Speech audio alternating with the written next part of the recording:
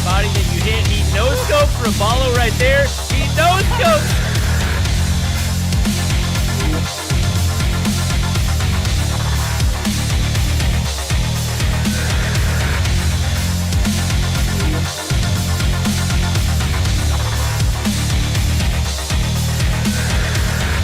Termina eliminando a Jack. Igual queda solamente positivo por parte de repente. Consigue la primera baja de este round. Se da cuenta que el otro jugador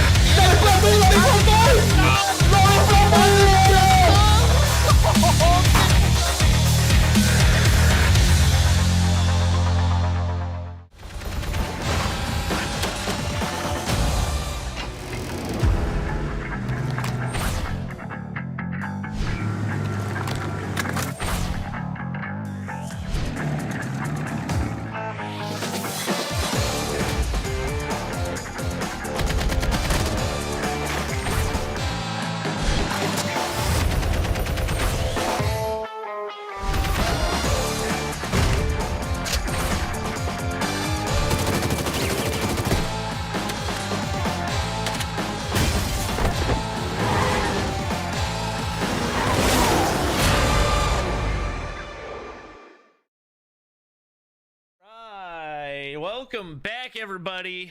Mobile Mayhem winter season semi and quarterfinals are finally here.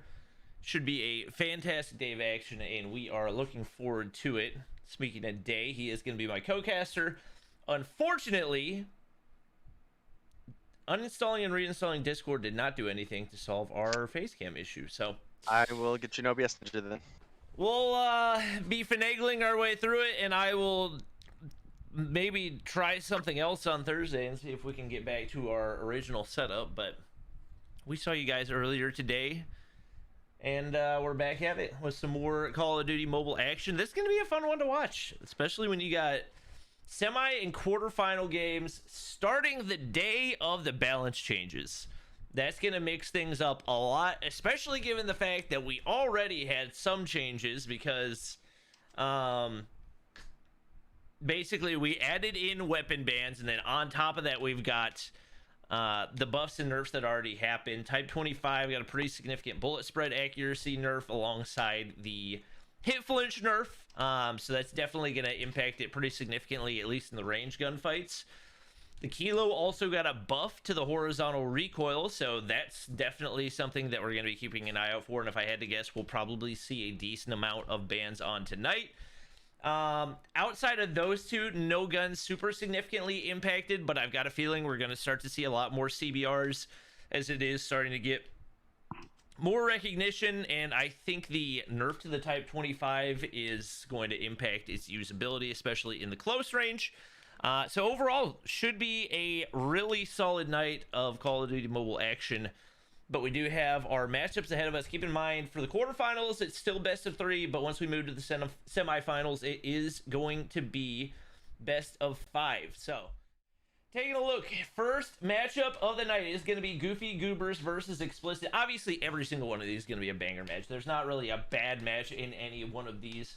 We got Zygnus versus 11T in the second one. So, anytime you get a battle of Latam, you know that that is going to be an epic one, and I'm sure the numbers for that one are going to be pretty ridiculous as well. Following that, match 1 winner will go up against Yo Mama, and match 2 winner will go up against Seminole.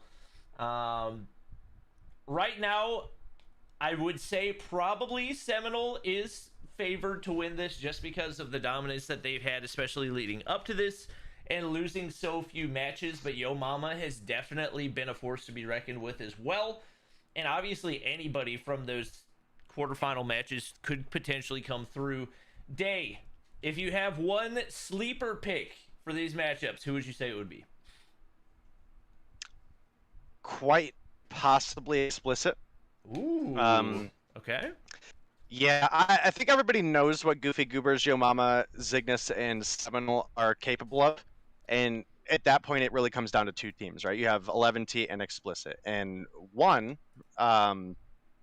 obviously the aim is to get NA ping, right? That's been an issue in the past. I think they haven't necessarily resolved it on the kind of coding end of things, but it's better. So that would be kind of like one edge that Explicit has over 11T.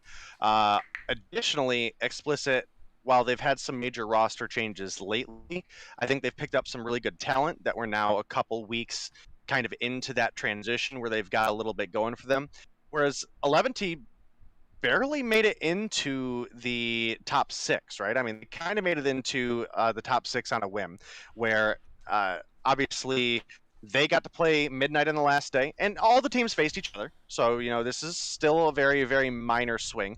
It came down to the final day where 11T needed to win, and they needed Storm to lose. Storm had to play Goofy Goobers, 11T played Midnight, and obviously 11T were to make it in there, but not by much. So 11T barely scraped by. They've been struggling. I have high hopes for the players. I'm a fan of quite a few of the players over there, and I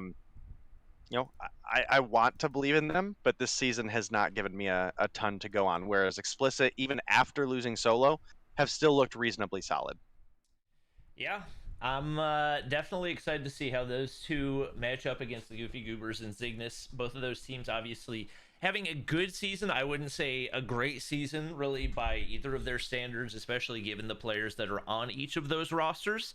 And this is definitely a really big opportunity for them to prove themselves. We will go ahead and run through the maps and bans. And we actually, interestingly enough, and honestly, this is not super surprising to me, but I kind of figured we would start to see less Type 25 bans as we do have some of those balance changes coming through.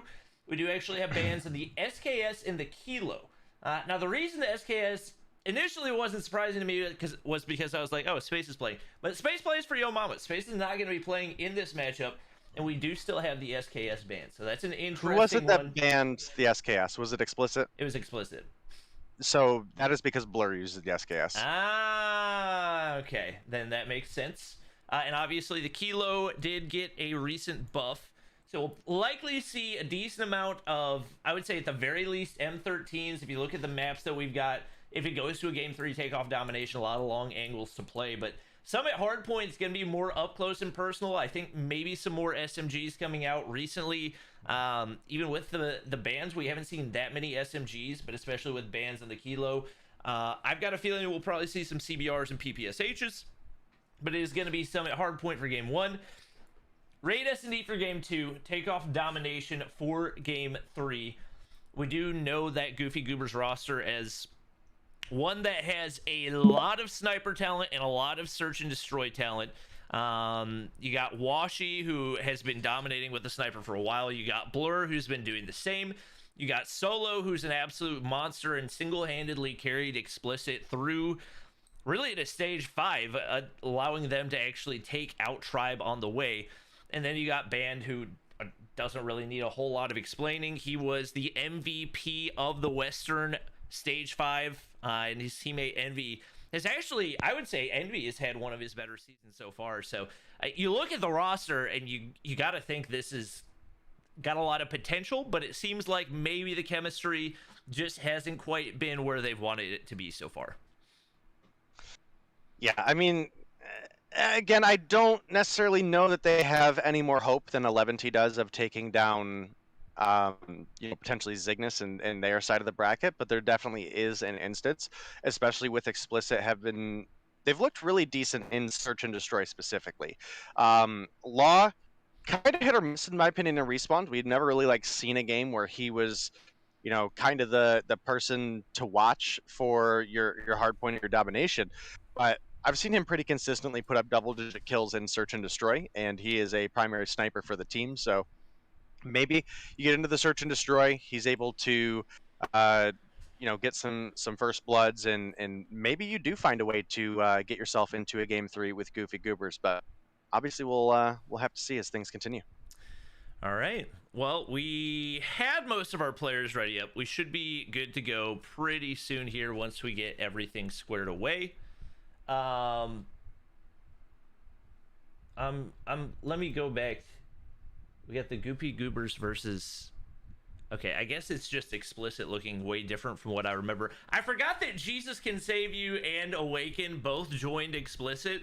So when I was looking at it, I was like, wait, this is not the right teams in here. And then I remembered how all the changes happened. So it really is Solo going up against his former team. But we do have everybody ready to go. And I believe we should be good to hop into the action. We're going to try to keep the games rolling, because especially with the semifinal games going to best of 5, this has the potential to be a really long night. Everybody in chat saying quarterfinals should be best of 5. Guys, if we're in quarterfinals and semifinals best of 5, we would be going till 1 in the morning. And as much as I'm sure you guys would love that, I am not capable of doing that. So maybe in the future there's a scenario where we split things up differently, but as of right now, we're sticking with the semifinals being the only best of 5. And things are underway right here as, once again, the Type 25s are in action. And we do already see a decent number of those CBRs coming out. We see Dietrich rocking the Holger, so lots of variety off the start, as we do see Explicit coming through with a pretty solid hold off the start.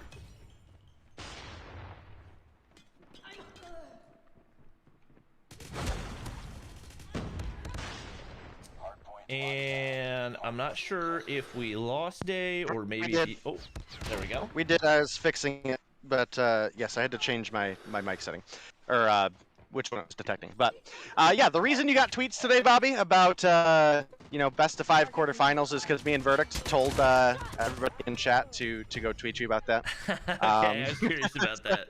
Yep. So that's what happened there. You know, you were talking a bit about the weapon balancing and how we were going to see some more things, and that definitely is the case. But I do think the Type 25 specifically on a map like Summit is still very viable. You lose a little bit in the longer ranges, but it still is a phenomenal weapon up close, and as a result, I do believe we have 3 of them on the board right now. We also have a lot of CBR for P90s, and I think I even saw a Holger and an HVK in the mix. So we'll have to see how that works out for those players. Blur rocking the HVK. Well, he's got 3 kills off the start. It's not an easy gun to use, as the only viable mag has 24 bullets in it. It's a pretty quick firing gun, but if you can land those shots, it can be very lethal. We do have the Goofy Goobers coming away from P2 with the lead right here. We're actually still looking to hold it down, but both teams trying to fight for spawns. Ban hops on down, but he's going to get taken out on his way into the hard point. It's Explicit trying to close the gap right here, and they've got 12 seconds to do so. But main thing you want to keep an eye out for is those rotations on over and trying to get spawn control for right now. You can see the Goofy Goobers players down in this bottom corner. They do have 2 players that should be able to lock down spawns. But as I say that, we do see spawns immediately gifted over to Explicit for... or gifted to Goofy Goobers. It was Explicit that was rotated out early, and just 3 random Goofy Goobers go ahead, spawn in the back, and that's going to give them easy access here to P3. Yeah, P3 is definitely the money hill for this map. Easiest to control the spawns, but it can also be the most punishing, so they do have to be careful. If you do allow your opponents to get the break and you do still get those favorable respawns, it's very difficult to re-break this P3. And that is a fact that we'll definitely be on the lookout for. Maybe not this rotation, but maybe next time around. We are halfway through. We have a small break come through for the side of Explicit, but it's only Awaken remaining, sure enough. All of the members of Goofy Goobers push on in. They're going to retake that point. And now you can see they're starting to look to move up. Definitely got some information off that Predator missile, even though it didn't quite pick up a kill. And they know their opponents are set up for P4, so they know the rotations that they're going to want to make. They've got a couple operators to do so with. Blur, put down the HVK. You are bad with it. Oh my god. Well, we do see an incredibly early rotation out of Explicit. Obviously, the early play didn't really work for them last time. There is some risk associated with it, just in that it gives your opponents more time to go for the break and soak up that free scrap time, and just like that, we see things going the way of Goofy Goobers once again. Ban pushes all the way through, secure spawns right there. That's going to leave Explicit spawning all the way across the map, and not a whole lot of players remaining here as Goofy Goobers go ahead and clear things out. And just like that, they've locked down the hard point. Didn't really need a whole lot of utility in order to do so either. And that puts Explicit in a really tough spot. Somehow, they get somebody to push through and get a tiny amount of time, but it's not going to last very long. And right now, Goofy Goobers doubling up, but keep in mind, we're going to 250 instead of 150, so Explicit still has a whole lot of time to work with. Yeah, and they're realistically only about 60 points down, 70 by the time this hill rounds out. And realistically speaking, that's 1-2 really good holds, and all of a sudden you've springed into the lead. So we'll have to see how these rotations play out. Obviously, it's largely been in favor of the Goofy Goobers. They've been filling up the feed. They've made their rotations really well. The gunfights they've won have been at timely positions of the map. And right now, we do have a bit of a mid-building lockdown for the side of Explicit, but I mean, almost as soon as I say that, it just kind of starts falling apart. They do finally get the trades to come through. It was on the back of the 2 remaining players each picking up a double kill, though, and you can't rely on a 2v4 win over and over again, and that's largely been the case that Explicit keep finding themselves in. Yeah. We see the Goofy Goobers breaking on in, and interestingly enough, we got Type 25s and CBRs, but it's the CBRs dominating the map. Solo with 25, Envy with 24, neither of them with more than 15 deaths right now. And Solo, he's running a secondary wrench. That is not something that you see very often, but absolutely obliterate somebody trying around the corner right there. He's going to be able to find kill number 27 as well. And making his way around these green corners, he's going to be able to find kill number 28. Once again, main concern for both of these teams is going to be spawn control back toward green. We see Ingenic pushing for backside, and he's going to be able to lock things down for right now, but it's really, really early to be pushing for that spawn control. We'll see if they're going to be able to maintain it, but right now, looks like Goofy Goober's going to go ahead and start pushing out. They're not that concerned with getting the scrap time, but to be honest, if they can get it all, that's 30 seconds. That only puts them in need of, what, 45 points, and shouldn't put them in a relatively easy position to close out the game. We do see spawns staying in the direction of Explicit, at least for now, but a whole lot of backside push coming in for Goofy Goobers, and that could be huge. I think this is probably a great opportunity, Bobby, to go ahead and jump on in for a listen-in with the Goofy Goobers. They're pretty commandingly ahead, and I think it'll be a good opportunity to go hear the energy that they bring to the table. All right. Got my outer. Push hill, boy. Careful your long, careful your long, boy. Careful your long, bro. Oh, in the corner. Oh, I got some, bro. I'm staying long. One watching A long. Yo, let's group up, Yeah, let's recollect. Careful with that, careful with the prayer, Yeah, don't peek. Yo, one back green. What? 2 trophies and I'm in con. What? Yeah, bro. I'm in green. Hey, someone bait. I have a sparrow. We got a trophy. He's way back. I'm about to get pushed. Don't wait. One on hill low, pillar side, left side low. Both right side. Right. There's one deep in forklift. Yeah, we're feeding. They're Yeah, we gotta skip it up. There's 30. Alright. Just let him have it. Purify dead. Good. Just try not to die. I'll watch A long. Yo, don't push up that far. Careful. Well, things not looking real good on that hold. That was really the turning point for Explicit, so it was interesting that we hopped into the comms for the Goofy Goobers, but sounding a little bit panicked in the comms right there, definitely a little frustrated with maybe some of the pred missiles that landed there too. Blur's going to be able to find one on the inside of the hard point, and he is hard sticking with the HEK. He's still going positive, so that things could be worse. Really, Washi, the only player struggling really significantly for the team, but they allows Explicit to close that gap in a really big way, and that's part of the reason that we've started going to 250-point hardpoint is because of the comebacks that are possible. When you have that extra room, you can see the streaks that Jesus was able to build up right there from that huge hold that they had, and that was one thing that they were pointing out. Guys, we're feeding them streaks. We got to go ahead and rotate. Unfortunately for them, it wasn't in time to prevent those streaks, and right now, Jesus Can Save You is trying to loop them. Yeah, definitely been a pretty exciting game, you know, despite how it started, right? I mean, this was almost looking like it was going to be a landslide for the Goofy Goobers, and we've seen a hell of a fight put up by the side of Explicit. Veteran, really the one player that's struggling behind the most right now. I mean, he's sitting at 12 and 28. The rest of the team actually not in a horrible spot. Many of them are positive. Ingenic is +3, Detry's +6, Jesus Can Save is +4. Awaken's negative, but I mean, he's only -7. He's, you know, he's still in the game here. So if we see Veteran pop off here towards the end, we could still see this swing back over to Veterans, over to Explicit's favor. Yep, big kill on the inside of the hard point for Ban, but the Gravity Vortex is going to go ahead and suck him in. And once again, it's Explicit closing the gap, and they've got streaks to work with still here.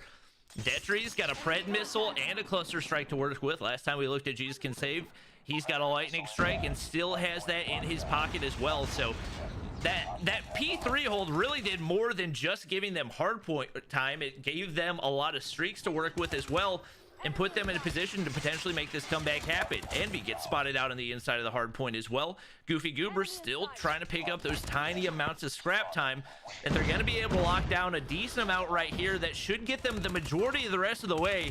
That's going to put a lot of pressure on Explicit to use these streaks well, but heading into P2 is a perfect place to use them. Yeah, only 5 seconds to go now, or 6 seconds to go now for the side of the Goofy Goobers, and well, we've had a great fight from the side of Explicit. I mean, this is just such a bad position to be in, right?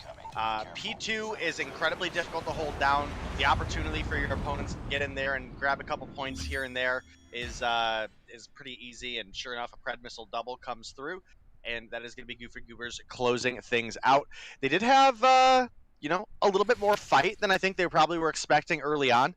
I mean, essentially the whole P1 rotation, you know, P1, P2, P3, P4, that first rotation was largely in favor of the Goofy Goobers, but that P2 rotation absolutely swung back, or that second rotation absolutely swung back over in favor of Explicit.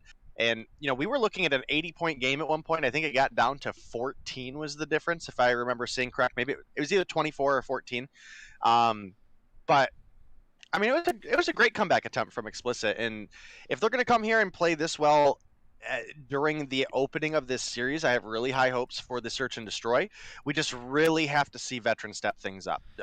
He was down at 17 kills. You could say the same about Washi, but we know what Washi looks like in Search and Destroy, right? The sniper talent that he brings to the table, and that's really where he feels the most comfort. So I don't feel as bad about Washi maybe being a little bit lower on the kills here, whereas Veteran, we're more used to being an all-rounder, someone who's going to be playing objective, maybe slaying out a little bit. So I'm hoping to see a little bit of a bounce back for both of them. Yeah, that was odd out of Explicit. They let the game end without calling in the Cluster Strike or the Lightning Strike right there. That was unusual. And I know that they were probably waiting for the rotation, but they allowed for the Goofy Goobers to rotate out of bottom control completely uncontested when they could have thrown those out onto where they would have been exiting. That was definitely felt like a misplay in my opinion, and hopefully something that they can learn from, especially given how valuable those could have been. You could even use the Cluster Strike to go out and clear out P1, but they just kind of let it go to waste. So that was a little bit unusual. Hoping to see them bounce back in the Search and Destroy here. Would definitely be unfortunate to get bounced in only 2 games in the quarterfinals. So we'll see if Explicit can come through right here and make something happen. Search and Destroy is where they made their way into Stage 5 by taking out Tribe Gaming, but you got to keep in mind that was largely at the hands of Solo. They do have a really solid Search and Destroy pickup, and Jesus Can Save You. His sniper presence definitely going to play a big role for them if they're going to be able to get the win in this one. Yeah, I mean, largely on the back of Solo, but also just an entirely different roster as well. You know, we're looking at it here, and for Explicit, you've got Awaken, who is playing on NYSLM.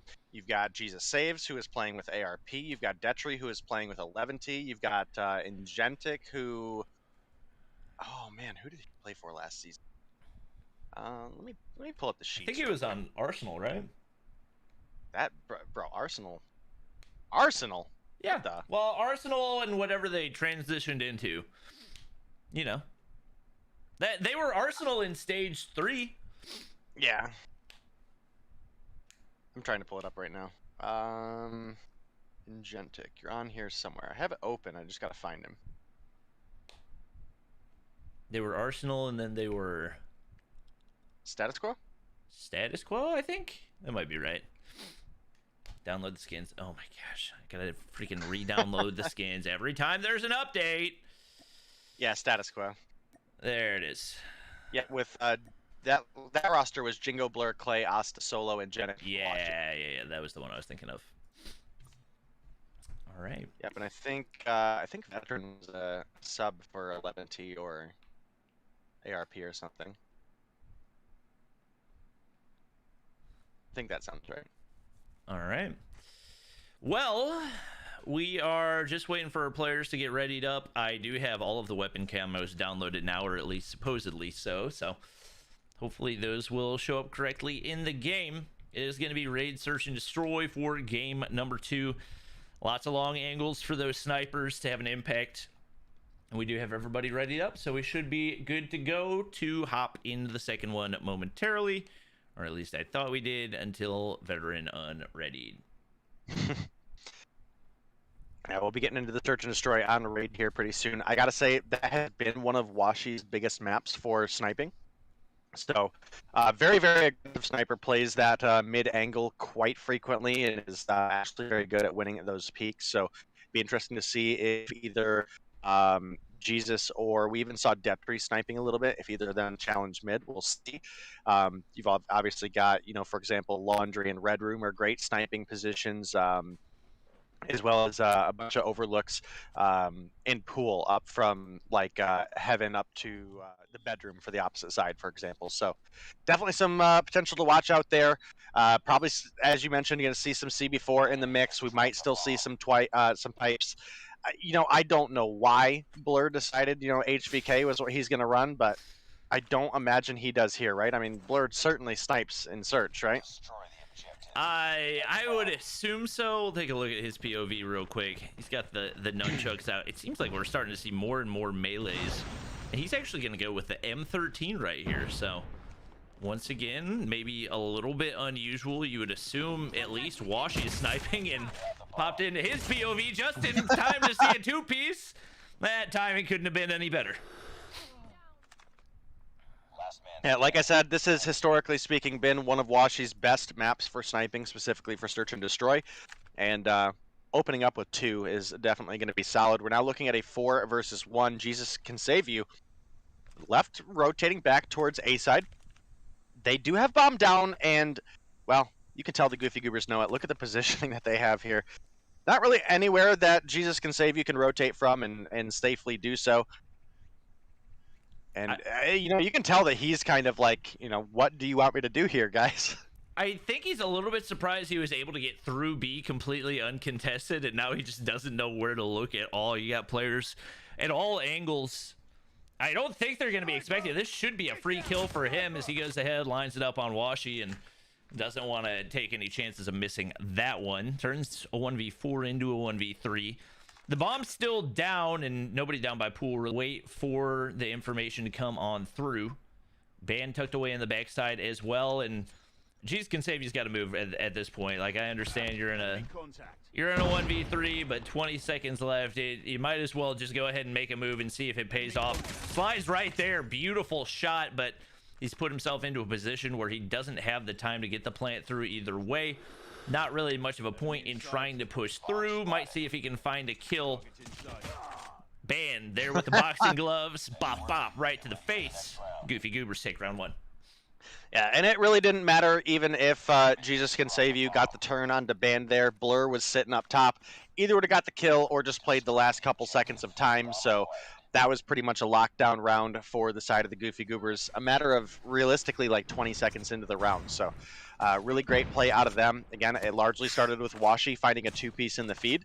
And we'll have to see if he can do the same again, because right now we've got a very aggressive A-side push from the side of Explicit. A 1-for-1 trade comes through. NV4 in Genic. Oh, Band comes storming through right there. Detry's on the inside of Cabana, able to take him out. Leaves us in a 3v3 right here, and Detry finds another one onto Blur. He's pulled out the sniper, but it wasn't enough to counter. I think Detry saw Solo, maybe didn't recognize it right there. Should be an easy kill. Not really sure what he's looking at. Maybe his finger blocking the screen right there or something. Can go ahead and throw out the nade right there and see if maybe he gets a miracle play. He actually gets the hit marker on Nawashi. That was pretty big brain. Probably had the feeling that he was going to get taken out right there, but the Goofy Goobers still going to be able to clean that one up and take the 2-0 lead. Yeah, both of these teams are actually incredible search and destroy teams, so I'm hoping this does prove to be a pretty decent game. One thing I will say for the side of Explicit, one of their biggest factors for search and destroy has certainly been Law not playing today. So we've got Jesus Can Save You, we've got Detry. Both of them are sniping, so that is a factor, or maybe Detry actually picked up a sniper. Obviously, we know the talent that Jesus Can Save You brings to the table. One of the biggest reasons, in my opinion, that ARP was able to make it as far as they did last season. His IGL work was absolutely fantastic. The snipes he was able to hit were great. And overall, just a really positive player to be around. You pack that up with a group of 4 of your buddies that have some great talent for COD Mobile, and well, you've got a near championship team. So yeah, veteran trying to back up right here. It's a 2v2, bombs down. Gonna be able to regen right here. Didn't slide the corner, and I'm not entirely sure why. Awaken's gonna get taken out there as well. And would you look at that? The Goofy Goobers gonna be able to clutch up on another round. Is right now it just does not feel like Explicit is up to the task, and maybe Goofy Goobers playing up to what we would have expected them to, especially given the amount of talent on this roster. When you look at 2 Stage 5 champions, you got Solo, who has been one of the big up-and-comers over the past year for Call of Duty Mobile. You got Washi, who's one of the younger sniper talents, and Blur, who's made his way around to a bunch of different teams, but has absolutely made his mark on each one of them. A lot of talent on this team, and just hasn't quite been able to deliver so far. We'll see if they can make it happen here as they look to close things out in a 2-0 victory. Washi, 6 kills in the first 4 rounds, and we knew he was going to feel a lot more comfortable in the S&D than he did in that respawn. Struggled a little bit, but they find themselves up a man once again. Not quite in position to get an angle right there, but he does get the information, and that should open up an opportunity for another kill to come through, depending on how they play this. Veteran's gonna get spotted. Washi takes off his head right there, slides the corner, finds another. Can he make it 3? Jesus saves, just wants to get out alive, but it wasn't meant to be. Ban drops him right there, and now 4-0 lead as Explicit is in a really rough spot and desperately in need of a round. I mean, honestly, Washi's pretty much on pace to put up more kills, or as many kills in Search and Destroy as he did in that hard point. So you can definitely feel the comfort coming through here early on. You can pretty quickly see that pretty much nobody on the side of Explicit is willing to challenge mid anymore, and that's going to be a result of 9 kills on board as he finds the dome of Ingenic there. Solo going to take down Awaken as well. Now Jesus Can Save You left alone. The 1v4 clutch, while it's possible, bro, I don't believe. I don't believe. Maybe. He finds one onto Envy right there. Jesus Can Save, rounds the corner, pistol whips the other. Blur and Solo now left alive, and probably going to play this a little bit more carefully than their teammates did as they pushed 1 by 1. Typically not a strategy that you want to go for in a 1v4 situation. It's Solo getting the information from the driveway push right now. Jesus Can Save, slowly lurking up, but I don't think that's an angle he's going to be expecting. Solo lands the second shot after the first misses, and right now, even in the quarterfinals, it is Goofy Goobers looking for the clean sweep, and a 6-0 victory is they're 1 round away from advancing to the semifinals. Well, this is one of the reasons that I think a lot of people aren't super happy about the quarterfinals being best of 3. Look, I totally understand as well, dude. I got to work in the morning, so late nights not super great for me. But definitely bringing some good talent to the table, and sometimes it does suck to see a good team go after 2, just because that hard point was close. That hard point could have at any point gone either way. So the Search and Destroy, bro, I can't say anywhere near the same about that. Goofy Goobers are absolutely dumpstering Explicit. And they're trolling a little bit, but Envy's going to be there on the backside to clean it up. Goofy Goobers definitely looking deserving of one of those semifinal spots, and looking like they've got the momentum as well, as that Search and Destroy is just going to be pretty much a wash. That was I didn't expect any of the matchups that we saw tonight to be that lopsided.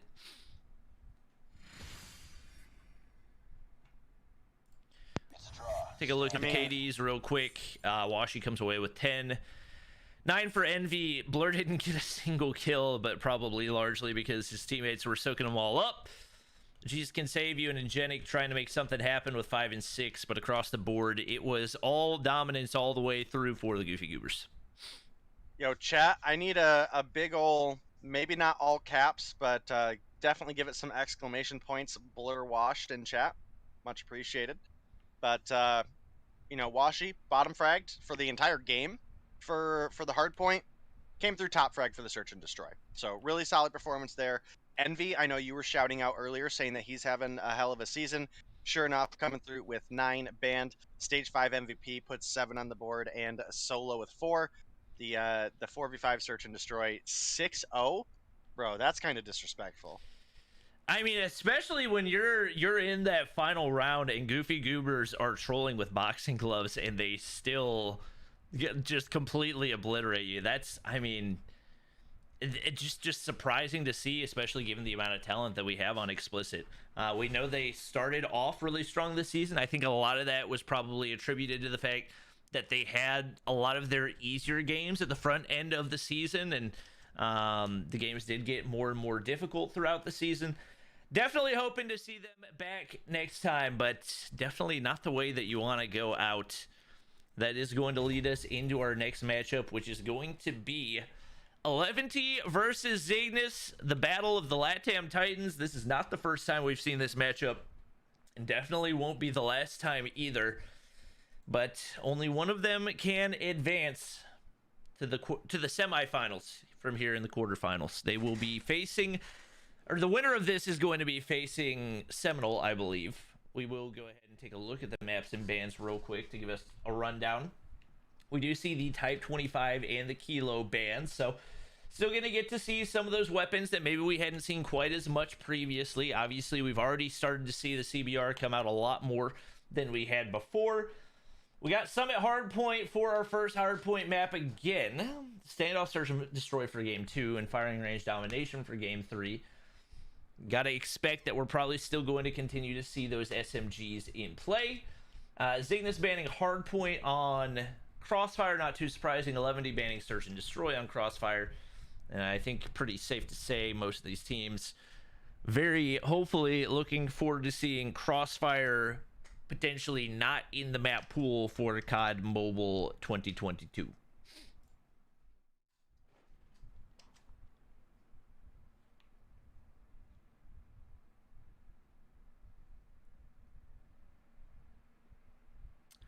And we might be waiting a second for Day to get back.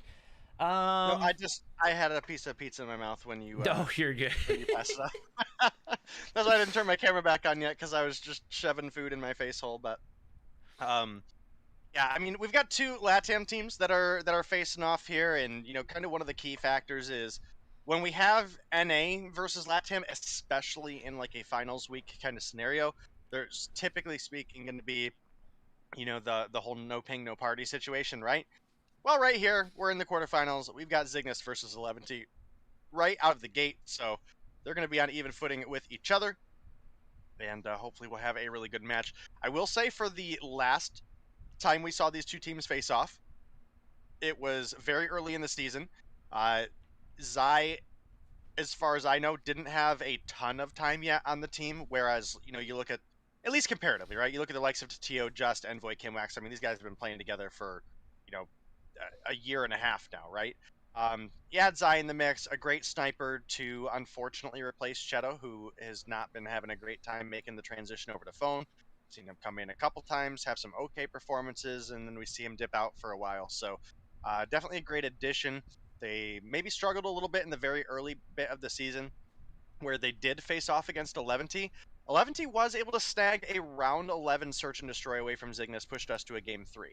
So we'll have to see if 11T maybe have a better performance this time around. Maybe they do get that, you know, potential game 3 again. Maybe they do pick up the win and go on to face Seminole. All right. Well, appreciate all the rays from everybody coming in. I saw somebody in YouTube chat say, how is that the end? It's best of 3. Yes. Whoever gets the best of the 3 games. So if somebody already won 2 of the 3 games, there's not really a reason to play the 3rd one, because that will not change the final outcome. definitely expecting this to be another all-out brawl. Obviously, you got to give the edge to Zygnus and that they're having a more solid performance. I would say throughout the season, maybe we haven't seen quite as much out of Wiru as we typically do. He's going to be the X factor for me going into this matchup, as we know what he's capable of, and when he's slaying out in the respawns, typically he's going to be doing even more in the search and destroy. I feel like he's the one player that can put this team over the top and potentially get them the win. But like we've talked about a lot throughout the season, Zy leaving 11T to join Zygnus has had a really, really big impact. And especially as that chemistry continues to build, you got to think he's going to have more and more of an impact. Legacy is going to be joining in as the 5th player for this 11T roster. Did I say Legacy or did I say 11T? I think I said Legacy. I think you said Legacy for the Okay, 11T roster. I think, yeah. He is going to be their 5th player. So they've had a little bit of a rotation in that number 5 slot this season as well, but we know he can slay out with the best of them, and hopefully gives them a chance at making this an even matchup and potentially seeing a game 3. Yeah, I mean, one comment that I made earlier when we were doing, obviously we have the draft that we did today for the Red Magic COD Mobile Clash. I can't remember what team it is, but we were talking about the likes of Wiru and Zy, right? They were kind of that dynamic duo in the past that really made 11T a super strong search and destroy team. I gotta say, they still have Wiru, who will pop off from time to time, but I do feel like they are just largely missing out on the sniper talent. We see Palone every once in a while snipe. We see Yuhi every once in a while snipe, but Zy is some big shoes to fill. And if you want me to be honest with you, Wiru, great search and destroy player. We've been talking about him for what feels like years now. Even someone like that needs someone to really kind of get that first pick and try to open the door for him, right? So this game is largely going to revolve around the likes of Palone or Yuhi getting some good snipes in the search and destroy as far as that front goes. And the whole team's going to have to come together for the hard point, which is what we're obviously going to have in game 1, because Zygnus will absolutely fry you if you aren't ready for it. We already have a sub coming in Legacy for the team. And again, missing out on Zy, one of the more consistent members of the team overall, has played a pretty big hit this season. All right, well, we got the LATAM raids coming in. Thank you, everybody, for joining. We got some big games ahead of us and excited to be hopping into them. The winner of this matchup is going to be playing Seminole, so we'll go ahead and take a look. We did see the Goofy Goobers taking out Explicit in our matchup that just finished up. It was a pretty clean 2-0. Explicit ran things somewhat close in the hard point, but the search and destroy was an absolute wash as Goofy Goobers dominated in a 6-0 victory. They'll be playing Yo Mama, and the winner of Zygnus versus 11T is going to be playing Seminole later on tonight. So make sure not to go anywhere. Just waiting on our players to ready up. And we're going to try to run these as quickly as we can, as obviously 250-point hard point, 200 domination. Games go a little bit longer, and with 2 more best of 5s remaining after this one, we got to make sure everybody can catch as much of the action as possible. We do have most of our players ready up, and we should be good to go momentarily. As all of you, I mean 90% of you just now joined, I will show the maps and bans real quick. We got a ban of the Kilo and the Type 25, and especially given the fact that we're going to be on Summit Hardpoint, expect to see a decent amount of SMGs in play. And definitely with the balance changes in play, it should be a fun night of action.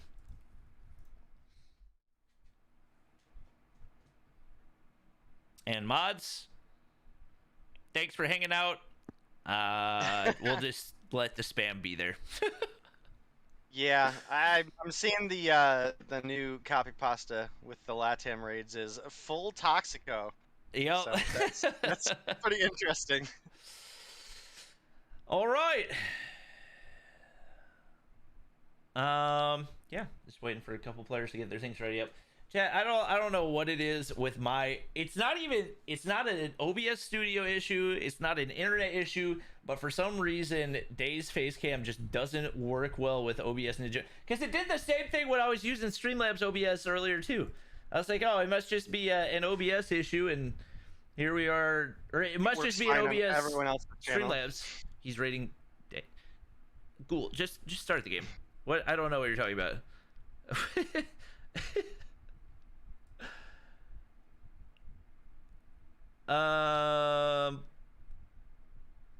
We got everybody readied up, so we should be good to go. I think. Yeah. It's Coolhead's fault. Yeah, it's all Also, Ghoul's fault. True. He was talking about your Bobby Plays COD mobile figurine. avatar. Yeah. All right, all right. I just realized that character skin has a hole in it. That must be pay to win. We are underway. Thank you, everybody. Nope. We are not underway. I can't be no ping, no party. So I'm not sure what's happening right there. But hopefully we get everything squared away. Maybe it is no ping, no party. I don't know. Maybe they accidentally got on Chicago servers because Legacy's in there. That'd be funny. It's a draw. Stand down. Not just one team has bad ping, but 2 full teams have bad ping. Legacy drops 78 kills on everybody and sets the new Mobile Mayhem world record. I don't know if that counts as a world record. But... I think we're still 54. 54? For Mobile Mayhem record, if I remember correctly. I saw think Tech Washi drop technically beat 62 it. or whatever. I think Washi technically beat it, but I also think they got disqualified for that game for yeah, I remember intentionally that. avoiding the hard point. Yeah. So. All right, everybody's readied up again. It is Ghoul's fault that we have no ping, no party. And Correct. now loading back into the game in an attempt to start game 1, match 2.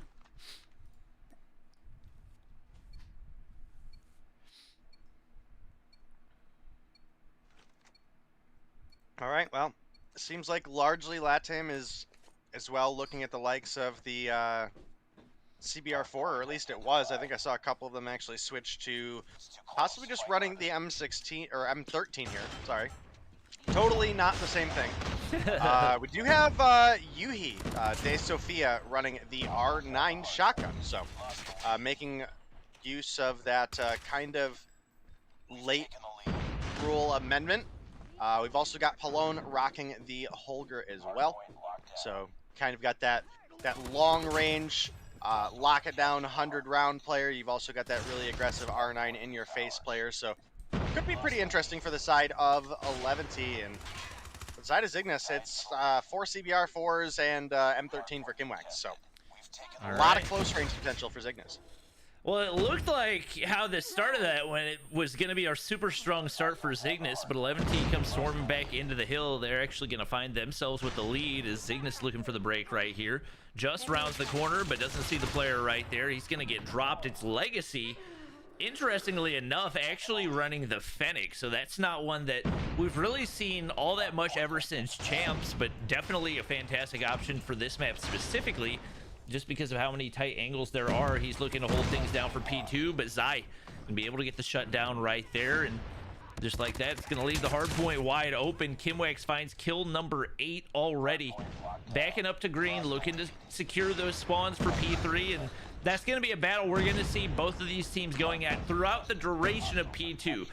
What they're not going to be focusing on is mainly getting the hill time, but if they're on weak side trying to flip spawns, you do actually see 2 R9s in play. De Sofia and I believe Titio as well, if I'm not mistaken. Not something that I really expected to see, but especially now that each team is allowed one shotgun. My gosh, the range out of Titio's shot right there gonna allow them to hop back on the hill and start picking up the time, especially with them in control of spawns. What the freak? Yeah. Only about 10 points separate these teams right now, and it could go either which way. Titio, maybe a little bit slower of a start than Yuhi, but definitely finding some pretty solid kills here. You can now see they're pushing it back towards spawns for P3. They want this money for themselves. Zy gonna find one with the Sparrow. Tio pops the corner. takes Weiro off a head glitch from 25 feet away. That's a shotgun.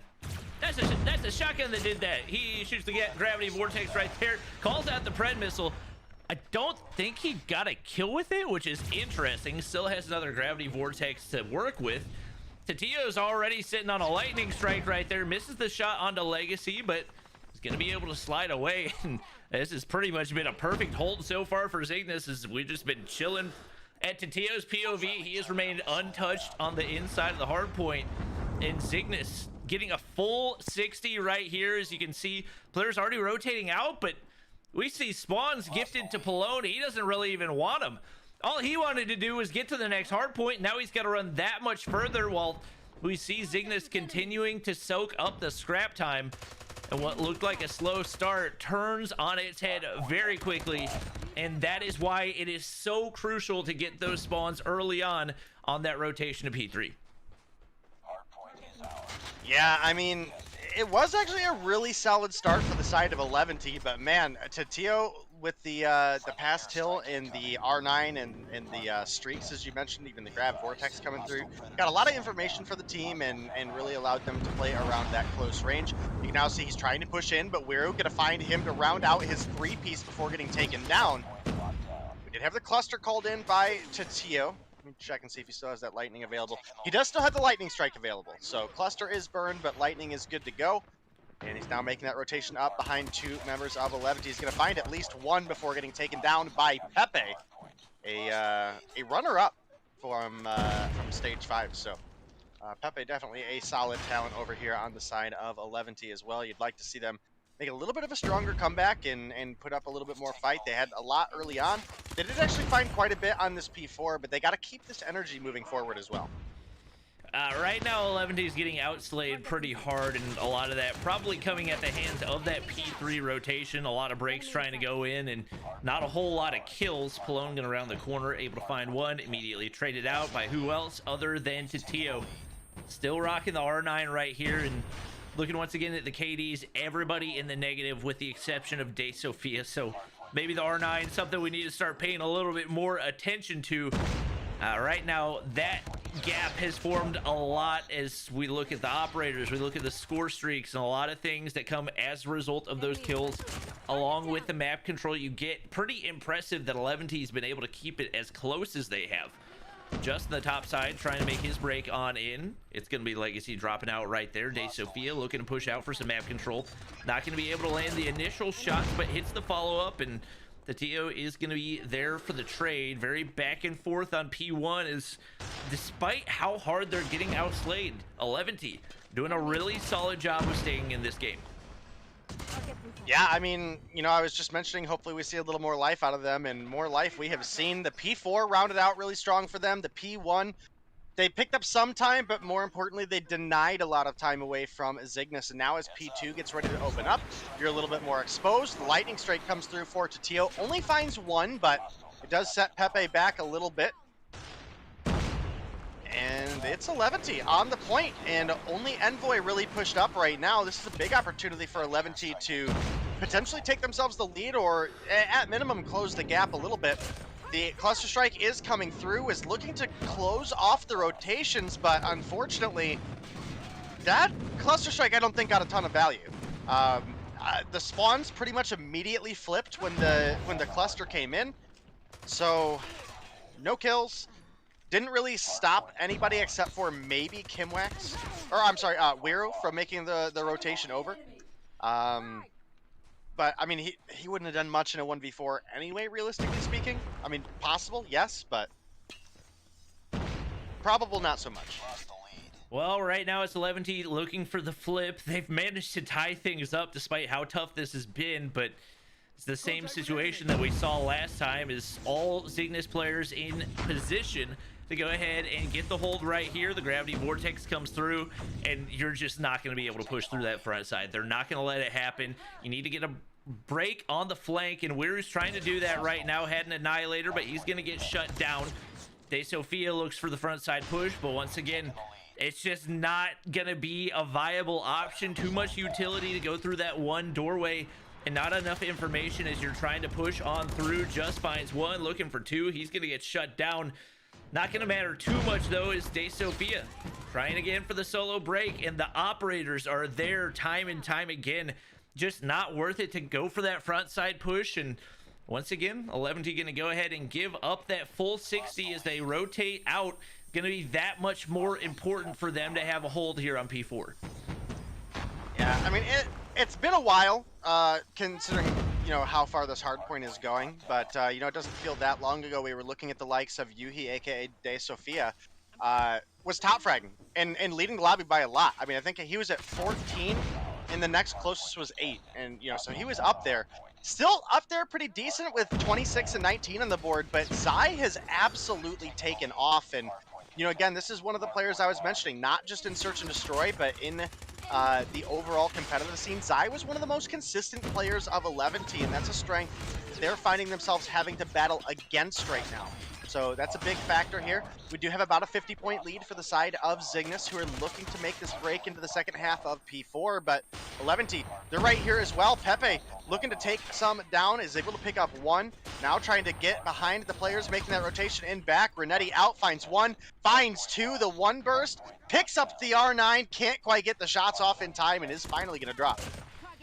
Well, 11T battling for their life, say in this game. It sounds like a perfect time to see what the comps sound like as they try their hardest to make this comeback happen. Let's hop into the comms with Team 11T.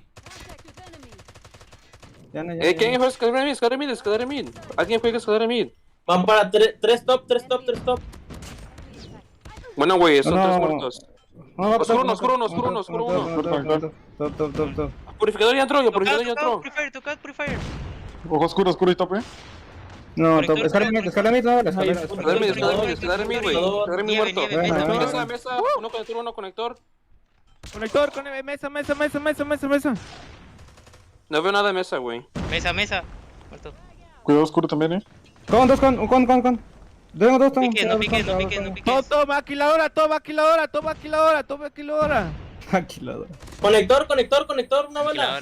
Muerto. Conector, no mames, güey. Top, sigue top. Vamos oscuro, güey. Dos top. Nah, top, sigue ese pendejo, güey. Well, the communication was sounding really good for 11T, but whenever they got broken, they just sounded so dejected, and maybe a big reason why there's been so many swings throughout the span of this game is whenever you get that quiet in the midst of a really crucial part, it's not something that you can let happen and continue. You can have a little bit of disappointment, but you got to keep the communication up because it's that much important to get the break on the opposite side. It looks like they're able to be a little resilient right here, and they are going to find themselves in control of P2, but more importantly, in control of spawns for P3, which is not something they've been able to maintain. It's Kimwax looking for the break right now, but Wiru is there. That's going to be a massive kill. Another player spawning in a position to be able to try to get the break on those spawns. It's just on the flank. He's able to find one. Pepe still in position to take him out, but he's got to make it happen soon, and he's going to be the one that gets taken out. That puts Zygnus in position, and they will now have control of spawns, and more than likely that'll be enough to allow them to win the game. They actually very nearly won it there on P2, but just is pushed out. De Sophia going to be the last player there to make the play. The R9 shotgun trying to do what it can, but it's Zygnus there with the early rotations, and that's going to be enough for them to close this one out. Not gonna lie, I almost missed the end of that game because when I clicked off from Discord, I accidentally clicked on the Trovo window that isn't my chat popped out.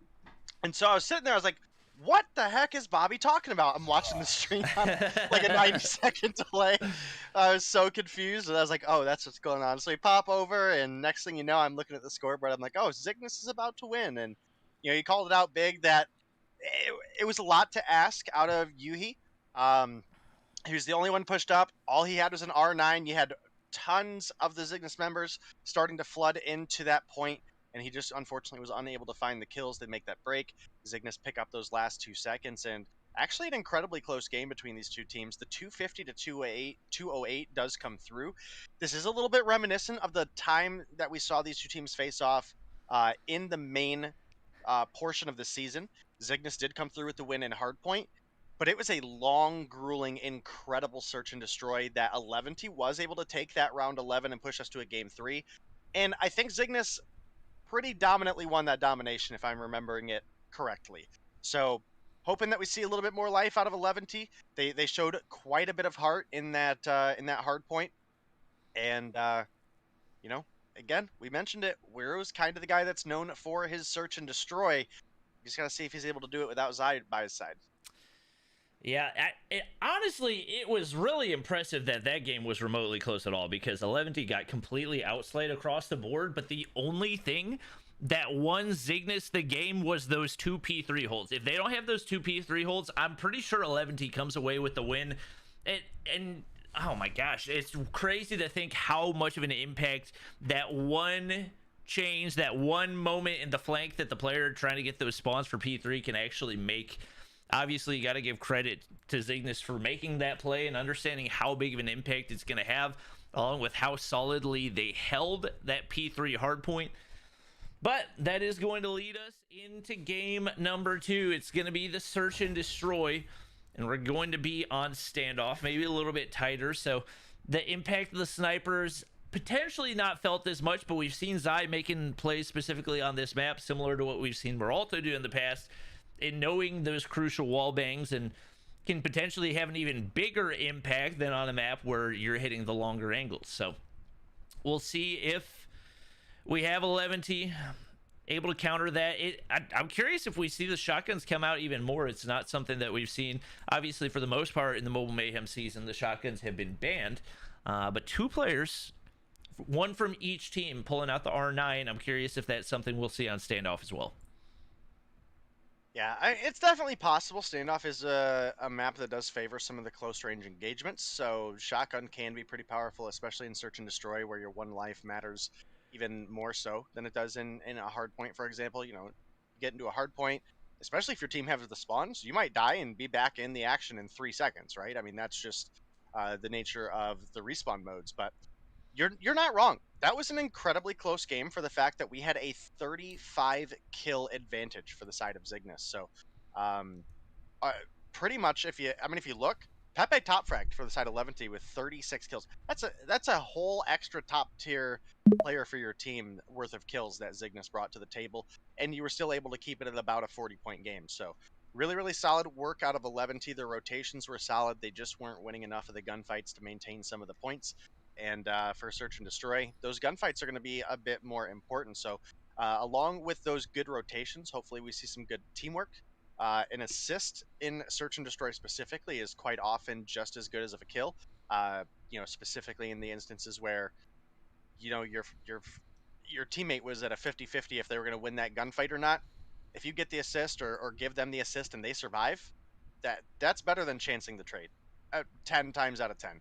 You may get into your ranked games and complain that, you know, oh, my kill got stolen, bro. When you're in the final weeks of a multiple $1,000 tournament, those assists matter. Yep, no question.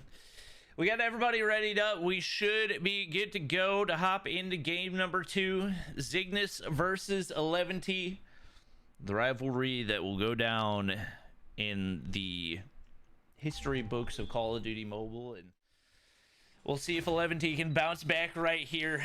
Obviously, not the season that they've been expecting to have, but showed a lot of resilience there in that first game of Hardpoint. It is going to be 11T on offense to start right here, and we do see some of the CBRs starting to come out once again, as we do expect to see more and more of those coming out. It's going to be... Day Sophie is Yuhi, right? Correct. It's going to be Yuhi pushing back the gas station, trying to get some information from that back angle, but just not giving anything out, at least for right now. Pretty content. Stay behind the refrigerator, going to peek, and it's going to open things up. Obviously, communication going to be crucial, and able to get the trade right there is now both teams going to be looking to adapt. Pallone pushing up toward this front wall. You got to be aware of Zy. sniper presence that you also always have to be aware of. I don't know if he saw Palone sneak through right there. He's going to be able to find Kimwax, and it's going to be man advantage for 11T. And unfortunate timing for Zai. Fortunately for him, Envoy's there for the pickup, and he's going to be able to sneak all the way through. Taken out to Tio, and now actually looking to push backside of blue. Envoy might be on the read right there. He is. That's going to leave it in a 2v2. Bomb in the hands of Palone. He's actually going for the unusual plant over onto the B site. Legacy trying to find a pick. It's Envoy rotating across, and all the pressure onto Palone. He's got to win this gunfight right here. Envoy's trying to sneak up. He might be able to make it happen. He grabbed the bomb, and I don't think anybody saw it. He sneaks away with the ninja defuse. A massive misplay out of 11T, and what a way to start the game. Like I said, Envoy has been one of the most electric players in the LATAM region, and you can see him already jumping from joy at the beginning of the next round, able to clutch that one up for the team. As you mentioned, kind of a big misplay out of 11T there, and I doubt they make that mistake again, but we will have to see. It's not often you see a defuse come right underneath the opponent's noses. Kimwax gonna get the turn onto Palone there, picks up one. Might be looking for Wero too, but Wero gonna get the better of that gunfight. The 1-for-1 trade does come through. You can see Envoy playing like a snake in the grass back here. Sees Wero cross to Tio, gonna find him with the R9. So Envoy's position, I don't think, was actually revealed here. He's still in a pretty godly spot here. They've got to push right into him. They don't have any line of sight. He has all of the element of surprise. Ends up finding one off the heady there. Yuhi was able to take down to Tio. The trade comes through. Envoy, once again, left in a weird situation. He's in a 1v2. The bomb plant comes out of Legacy right now. Oh, good trigger discipline by Envoy there. That was solid. Would have been a big kill if he could find it. It's going to allow him to wrap to the backside and try to make his way through Grandma's. Legacy in the top side with a sniper. I don't think he's going to have the information. He's not checking anything. This feels like a massive misplay out of 11T as they don't have any of the read on that positioning and nobody there for the trade. Pepe waiting for the push outside of Grandma's right there, and Envoy's going to sneak his way across once again. I don't think Pepe is in a place to be able to get the frag, but it doesn't matter. Envoy, he gives Envoy the free bomb plant. I don't know why you plant toward Delhi if you're gonna play toward Market. That I just don't really know what 11T was doing right there. I mean, it definitely felt a little bit weird. I think he was largely relying on his teammate being up top, having that kind of angle just over the wall there on the bomb plant. It's a very concealed position, but obviously with the rotation that we had come through out of Envoy, he was able to pick up one and then pick up two. We do have to Tio sniping along with Zai. He is rocking the Locust, not something we see horribly often, but when we do see Tio snipe, and this goes the same for past seasons as well, not just this one.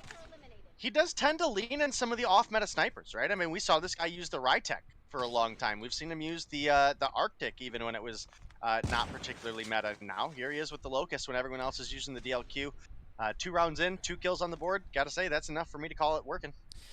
Honestly, call me crazy. I like the Locust better than the DLQ. I know statistically it doesn't have an advantage as Tio does pick up the final one right there. But there's just something about the scope in animation of the Locust that just feels better than the DLQ. I've actually never I don't own the skin, so I didn't realize the reticle looked all crazy like that, but that actually looks sick. It's a 3-0 lead for Zygnus right here, as now it's going to be Tio pushing up to try to get the snipe again. It looks like he went AFK right there and took a pretty big chunk from the nade, but going to be able to stay alive. No picks for either team. The pushes so far not working too effective. I mean, I'm not even going to say they haven't been working for 11T. They had 2 extremely winnable rounds and just didn't have the execution to pull it out. So now it's Zai pushed up all the way onto the A site, trying to find an angle. Nobody peeking through, but there's a lot of 11D players close by that could make the push on in. Zai gonna get spotted out right there. He's gonna get dropped. Tio's gonna find one. Kimwax with another. Kimwax making a 2-piece for him. Making a 3-piece. Can he find number 4? Legacy's in top. Grandma's trying to clutch the 1v4. Renetti, not gonna be necessary, at least not yet. We got one player over at boxes, one at tractor, and Legacy just in a really tough spot right now. I don't think he actually spotted the player over top of the bomb either. Making his way through courtyard with the bomb down on A, and he's going to hear the snipes. Trying to get away with his life, but 11T just following those two missed opportunities in the first couple of rounds. You got to feel like their momentum is probably not in a good place right now. Yeah, 4 rounds in a row come through Zygnus, and I do think we had Zygnus have a lead in the search last time, and 11T made a big comeback, so I don't want to count 11T out. Again, I think one of the big factors is even as good of a player as he is, Legacy is a sub for this team, so this isn't really like a solid starting lineup for the side of 11T, or at least it hasn't been so far for the season. I don't know, maybe this is the change that's, you know, we can expect for the future. Kind of hard to say, especially since we're potentially in the last game of their run for this season, at least for North America. Oh, Tatio just narrowly missed Legacy there. Big no battle. First blood yet. Almost a minute in. Yeah, big battle of the snipers right here, and once again 11D looking for that first pick. Tatio has the wallbang read right there. Must have gotten some information, I would think, out of his teammates. That's going to be a huge opener, and once again, it's going to be Zygnus with man advantage, and that makes the push that much more difficult. Palone finds one teammate trying to trade. Legacy, you got to find that kill sooner. Were they to be in a 4v3 right now, they'd be a whole lot more manageable, but it's going to be Yuhi taken out, and Legacy last alive, finds one. Doesn't have the read on the direction for the second, but he actually gets the shot to connect, and looking like he could potentially have a quick 1v3 right here, right behind the hay bales. He has no idea where he is, and gonna go ahead and try to wrap. Get some timing to go his way right here as well, and now he's got an M13. Pushing pretty aggressively up here. Definitely a risky push, but now both of them just completely confused as to the location of the other. Just gets the information that the bomb gets picked up right there, and Legacy knows he's only got time to go for the plant. It looks like he's going to be able to get it down. Will he be able to get the kill as well? He will not. Another missed opportunity out of 11T right there. That's 3 of those initial 5, and I know that one especially is not an easy one to clutch, but so many close opportunities where 11T has just not been able to convert. Yeah, I mean, Legacy almost able to come through with the 1v3 clutch there for the team, but unfortunately just fell a little bit short. We're now looking at a match point for the side of Zygnus, and while we did have a pretty large comeback for the side of 11T in their last head-to-head, Zygnus are just playing phenomenal right now. Absolutely phenomenal. And even if we do see some ground for 11T, with this being match point for the side of Zygnus, 11T realistically can't afford to make a mistake here. And I don't know if we're watching the same game or not, but you know, they made a lot of mistakes in the past couple of rounds, and Tatio does capitalize on one onto Legacy there. Oh, he gets chunked by a grenade. Pepe, this is a great opportunity to push. Sure enough, he's taking it. Oh no, oh, they're not getting 1v4'd. Oh my gosh. Oh, I thought they were gonna get 1v4'd to finish the game right there. Tatio was not missing a thing, and they're able to narrowly avoid disaster right there, as that would have been just an absolute dagger. Obviously, it would have ended the game, but oh, just the amount of confidence that gives you as well. Fortunately for 11T, they're gonna have another shot right here, and they get Yuhi way pushed up in mid. Definitely not a spot you expect to see a player, and he's missing all of his shots. He gives Tatio a free kill right there. That could have been huge for 11T. Legacy's gonna be able to find one, but they're still down a man, and the bomb goes down. Legacy pushes up and in. Zai's there for the read, and now Pepe all alone trying to clutch the 1v2, and once again a doable situation. I think that he saw just, but he doesn't know he's behind the bomb heady. Zygnus is going to be able to close it out right there, and man, so many rounds that could have gone the way of 11T, but not able to close them out. It looks like when you look at the score, like that was a lopsided game, but that was anything but. No, all of those rounds, at least most of them, did come down to 1v1s or near 1v4 clutches for both sides at that rate. So the 6-0 or 6-1 ending in 7 rounds just definitely does not give you credit for how close that game was, and the scoreboard definitely can show that to a degree. But I mean, we do have a couple players really standing out of the pack, right? Tatio came through with 9, Just came through with 9, Kingwax came through with 7. Zai only found 2. Again, I think I can't remember if he is or was 1 short of the search and destroy kill record, but I do firmly believe he was at a 23 kills for search and destroy on this map last season. So to see him with only 2 kills on board does feel a little bit weird. Again, having to adjust your playstyle playing with a new roster. Sometimes that's just going to happen. Sometimes you're just going to have bad days. So definitely hope to see Zai step up for their next match, which will obviously be happening after the Goofy Goobers Yo Mama match, because they're going to be going up against Seminal. And let me tell you, ever since Seminal lost the that 1 week, they lost to Goofy Goobers on Tuesday and then right away lost to Yo Mama on Thursday, they stepped their game up into high gear. And I think for the most part, we have largely seen Seminal win pretty much everything except for last Sunday. Pretty sure Goofy Goobers came through with a strong performance there. So this should definitely be a really, really fun set of matches coming up.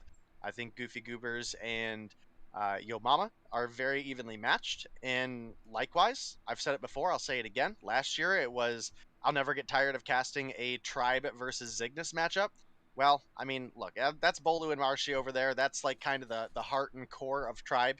And, well, now I'm not going to get tired of casting Seminal versus Zygnus either. And really, this is the pre-champs Tribe roster is effectively what Seminal is, because you had, I believe, Vague, Slothy, and I think Jez as well were all on the Tribe roster before they actually decided to pick up a team that was of champs age. So for all intents and purposes, I'm content to call this Tribe versus Zygnus. Definitely going to be a fun one to watch. We do also have Yo Mama versus Goofy Goobers.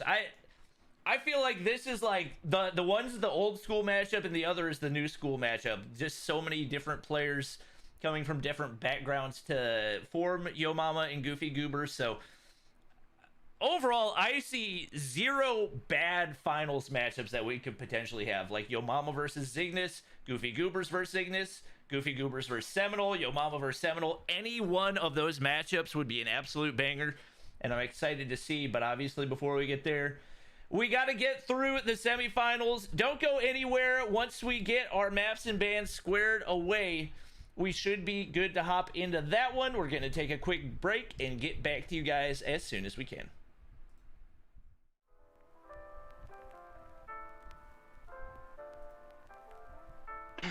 Perfect timing. I need to go.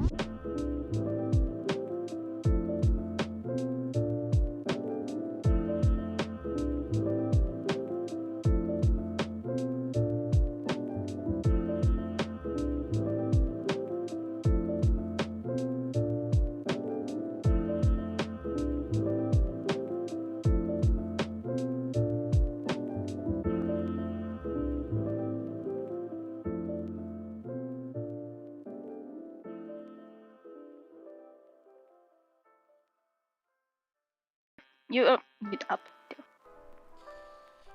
right, everybody, welcome back. Thank you for your patience. We are almost ready to go for our first semifinal match of the night. It is going to be the Goofy Goobers versus Yo Mama. We're currently working on getting all the maps and bands set up so you guys can take a look at them. Admins, just tag me whenever those are good to go. But like we mentioned, these are this is what I would consider to be the new school matchup. Obviously, a lot of the players from both of these teams coming from different rosters. You get a couple of a couple of players from last year's Tribe roster in Band and Envy who have really been slaying out over on the Goofy Goobers. You get a couple NYSL players, one in Space. I'm trying to think. I feel like the Yo Mama roster is really the biggest conglomeration of different teams. But really players coming from all different places, and they've made their way through the season and showed that they deserve to still be at the top of the game. Going into this matchup, is there one team you would give the edge, Dave? So on the spawn the other night, we did get to talk to Zim quite a bit, obviously, as he was our special guest. Me and Verdict got to chat with Zim, and he kind of let us a little bit know of the inner workings between the differences between Animus and Yo Mama, and it firmly makes quite a bit of sense. Okay, so Animus, kind of an all business team. They're showing up, they want to win by whatever means necessary. Yo Mama, sure, they want to come in and win, but they want to have fun while they win. As you can probably imagine with a name like Yo Mama. So that's definitely something that we've been able to hear in their comms, but do got to give a big shout out to Space, who has really stepped up in the IGL department for that lineup, definitely helping keep that team motivated. But you do have to kind of take the we want to win but have fun while doing it as it kind of a double-edged blade, right? Because sometimes the meta isn't fun. Okay, that's the reality. Sometimes making the smart play isn't the fun play, and it's against a team like Goofy Goobers that could absolutely end up being an issue. Obviously, we'll have to see when we get into it. This is a matchup I would hope that they take a little bit more seriously than maybe did the rest of the season. Obviously, they took it seriously enough to come through with first place. I mean, you cannot knock the talent these guys bring to the table, but I mean, those are Zim's words specifically, not mine. They want to win, but they want to have fun doing it. So I'm excited. I probably would lean on some of the latest consistency of the Goofy Goobers as far as like a favorite to win here in this matchup, especially with their performance over the weekend. But these two teams are very evenly matched, and it could absolutely go either way. All right. Well, we do have our maps and bands ready to go, so we'll take a look at those before we hop into the matchup. Interestingly enough, first time we've seen it, ban on the CBR. Obviously, a lot more players starting to use that with the nerf to the Type 25 recently. Goofy Goobers banning the Kilo. So while I had previously gotten excited that we weren't seeing as many Type 25s, we're probably going to see a lot more Type 25s because it's one of the non-banned options.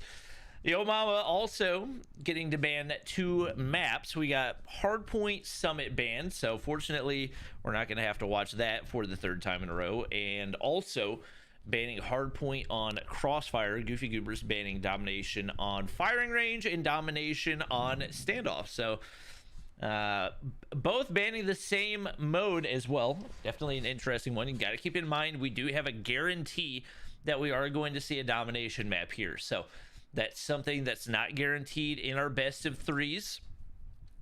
As far as the maps we are going to be playing, Standoff Hardpoint is going to be the first. Hackney Yard Search and Destroy going to be second. Not one that is super common.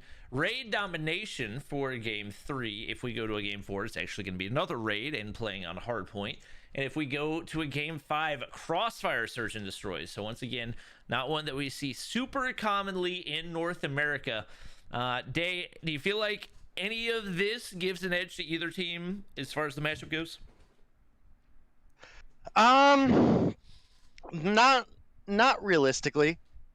Obviously, we had a couple other maps added to the map pool recently that we're not seeing here for the grand finals. I'm personally unsure what the decision is on that, but that does leave us back with kind of our original map pool. No more slums, no more hacienda, no more meltdown. So, you know, a hardpoint standoff, that's something that these players, all of them, have been playing for realistically years in the COD mobile competitive scene, right? Hackney Yard, at least the past year, we've been seeing that map at the rotation, especially this mode. Raid domination and a raid hardpoint to follow it up. Raid is one of those maps that's been in multiple Call of Duties. It's been a staple of the COD mobile competitive scene.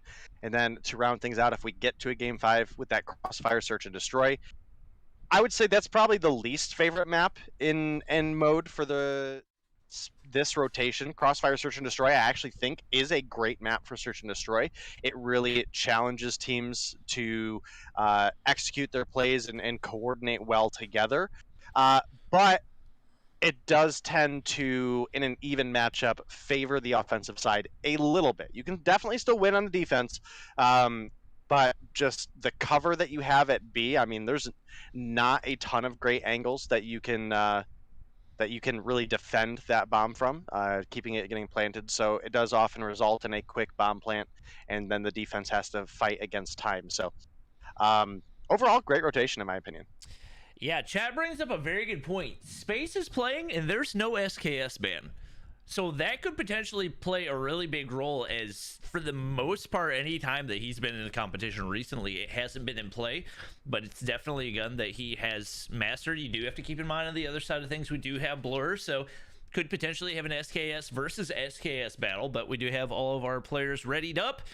And we should be good to go to hop into game number 1 between these two. It is going to be hardpoint on standoff. And I believe everybody should be good to go. If I were to give a player to watch for Yo Mama, I feel like it would be Teabag. We were talking the other day about if we were going to make like a top 5 or top 10 players in NA, who would be on it. And I feel like Teabag is one of those players that has started to emerge as a really dominant player. I'm not saying he's definitely top 5 or anything like that, but definitely somebody you got to keep an eye on with the amount that he has improved so far this season. We'll take a look at him as he does go ahead and look for an entry into the hard point. Type 25's coming out, trying to cook the nade across right here. It is all utility everywhere you look, and 1 second going on through, as we do have the Goofy Goobers with that initial time on the hill. Washi struggled a little bit in his first respawn of the day, but he does have the advantage of having that first game on. Raballo gonna hop over the hop up right there, trying to find a second. Not going to be able to make it happen right here as he looks to try to push spawns over back toward gas station. That's going to happen, so they're going to be in a good spot as they look to rotate, but you also got to be careful. You don't want to give up a full 60 on this first hard point, especially with Solo winning that first gunfight. An opportunity is going to be Blur pulling out the SKS, not able to spot out Forsaken right there. Forsaken's able to find another one as well, and that's going to be crucial to pick up some of that extra time. Blur finally pushing on through, but Raballo takes him out. It'll be Raballo picking up the scrap time right here, and a really strong setup for Yo Mama on P2. A really strong setup from Yo Mama on P2, but actually a really phenomenal P1 for the side of the Goofy Goobers. P1 is not one that we usually see a ton of time build up for. Forsaken does get dropped there, but Space comes around with the SKS, does take him down. You can now see spawns are in a little bit of contest, but we are getting the farm spawns for the side of Yo Mama. Solo able to make a break in. Wally is here. Oh, Forsaken. Oh, thank goodness. Whoa, and maybe some bad timing for Wally. He didn't mean to pull out the concussion right there. That's going to cost him the hard point. The Goofy Goobers get the break on in. We actually see Solo rocking the Fennec right there, which once again I wasn't really expecting to see today, but definitely has a lot of utility in those tighter angles. It looks like for the most part Yo Mama pretty content to go ahead and push out and give up the rest of that time. It's going to be on to Blur to try to secure time right here. He's going to be able to drop Raballo and looking for the Solo hold on the inside of the hard point. Teabag right below, going to be able to take him out right there, and Wally rounds the corner, finally clears things out. 20-point lead forming for the Goofy Goobers. but it's Yo Mama once again out on the early rotation right here. They get the information. Nade goes up to the top side. Blur finds another. And things starting to close in once again. Needs to be a big value death machine for Raballo right here as he gets the opener. He is able to get one, but not finding a ton to follow. Is Yo Mama in on the point. Raballo gonna get taken down by Washi, who finds a two-piece in the feed. Oh, poor Teabag. Gonna find one. Ends up killing himself on Washi with that Sparrow shot, but hey, sometimes it happens. Another break comes through for the Goofy Goobers. They're gonna get the remaining trickle time here, or theoretically should get the remaining trickle time on P3. And now these teams gonna be looking to start fighting off for P4. Solo pushing on up. It can't win the gunfight against a half-health Raballo, and somehow Raballo 1v3s that third point, and the rest of the team is set up for P4. Wow, and Space gets actually a 3-piece over on boxes. He does get taken out, but Raballo's pushing out. He's on a 4 spree right now, combining with what we saw him do right there. It's Blur. Top Factory gonna be able to find a couple, but he gets shut down. And once again, every time it's been Yo Mama with the early rotations, it's just been a question of whether or not the break goes in for the Goofy Goobers, and for the most part they've been able to find them. But that solo break out of Raballo was really a game changer that allowed them to be tied up at the start right here, banned in a really good spot to take out the Annihilator, and now the pressure is going to be on him to try to break on in, but his teammates getting shut down in the bottom side. Hit by the Purifier right there, but still going to be able to stay alive and needs to win that gunfight. But Teabag is there, clutching up big time for his team. They're there for the trades every single time. And right now, the teamwork out of Yo Mama looking really, really strong. Can we briefly talk about the fact that we didn't ban the SKS in Space's 21-9? I literally said this on the spawn last night. If you go up against Yo Mama, your best bet, no matter what the meta is to ban the SKS. And sure enough, Space is here. He's popping off with it. First player to 20 kills. Next closest is going to be banned at 19. But, I mean, ban is 19 and 14, okay? He is not doing as hot as Space, who picks up kill at number 22 just now. Teabag at 16, Raballo at 17, Washi and Forsaken struggling behind a little bit. But, I mean, they're only -2 and -3, respectively.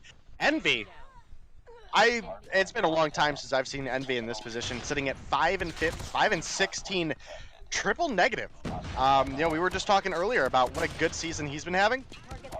And I don't know if Yo Mama is just his kryptonite right now or what, but he can't find anything to get going. And right now, Forsaken is completely owning this hard point with the R9. I guess that's, again, we're going to start to see more and more spotted out by Ban on the backside, but Yo Mama's still able to get more of this hard point time than the Goofy Goobers have. Or it's probably going to continue to go back and forth as Wally looks to push on it. I had mentioned earlier that potentially the reason we didn't have an SKS ban is because Blur might have wanted to use it, but if you look at the head-to-head matchup, it's no question Space is getting the better of him. 24 and 13 with Blur still in the negative at 15 and 20. We do see a big 3-piece go on in for the Goofy Goobers, and this could be the opening that they need to close this gap.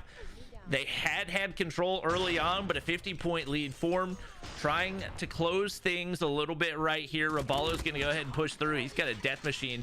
That's not going to be easy to contend with. SKS, maybe not your best option to try to take out a Fennec on the inside of the hard point. We get the contest right here. It's Raballo trying to make things happen, but he's going to get cleared out. A super solid hold so far, but they let Space get hopped up in the top side. He's shut down as well. SKS, once again, maybe not the best option if you're trying to break a hard point. If we see a full 60 right here, we're going to find ourselves tied back up. Definitely looking good for the side of Goofy Goobers right now as far as the tail end of this P2 goes, but look who's right on the rotation for next. Yo Mama setting up, getting ready to go. Actually want to pop on and check the TAC 5 charge for both of these teams real quick.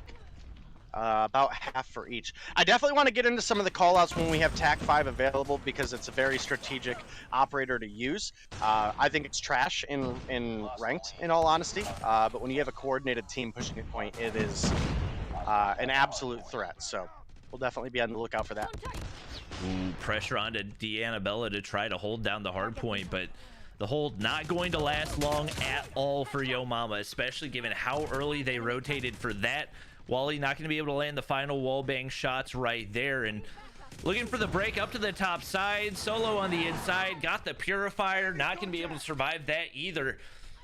Just so many swings back and forth for these teams. It's really been multiple 60-point holds for both of them. That has just been a non-stop change of pace.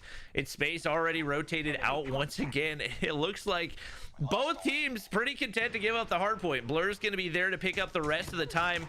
Space is there for the information and the kill as well. The Tag 5 going to go ahead and come on through. And right now, a lot of pressure onto Yo Mama to try to clutch up and bring this back into control. Let's go ahead and hop on into a listening.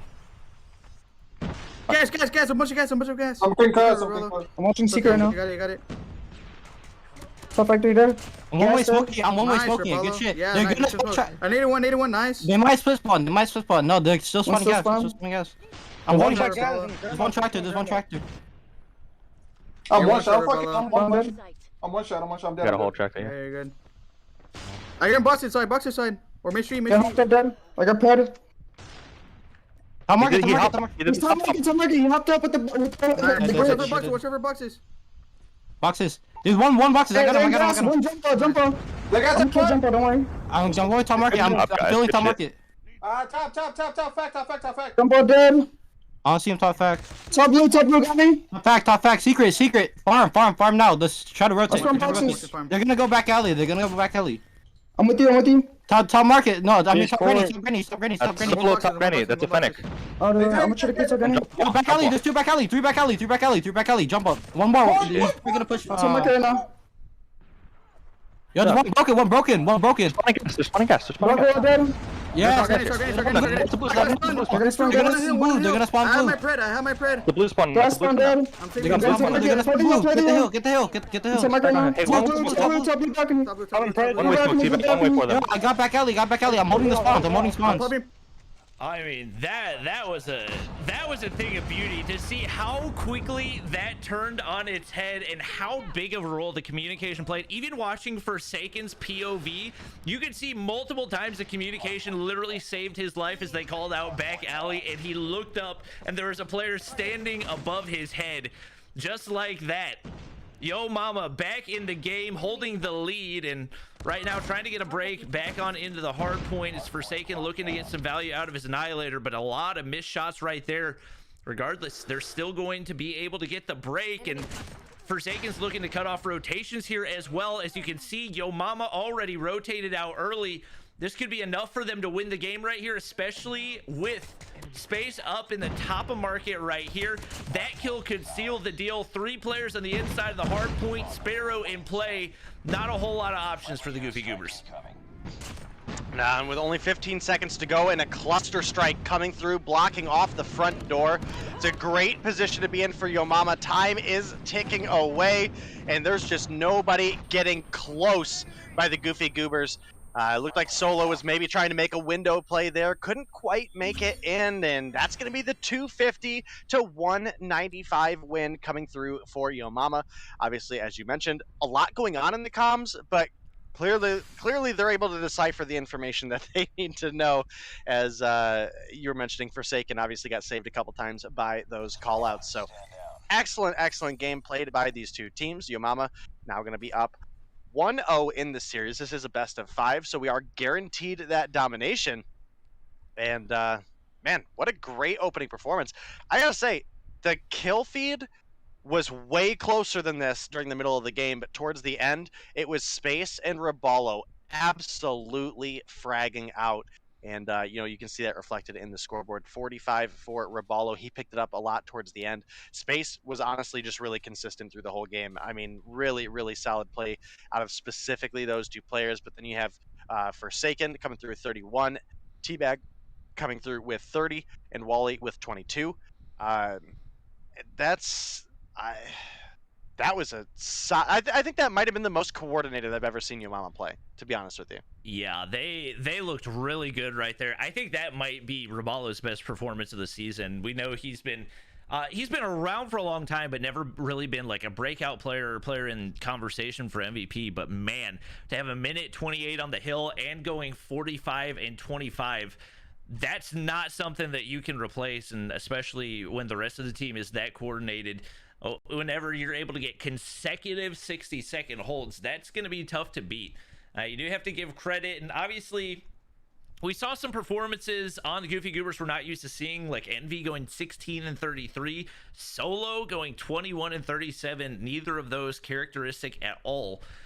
We know that there's a lot of search and destroy talent for both of these teams.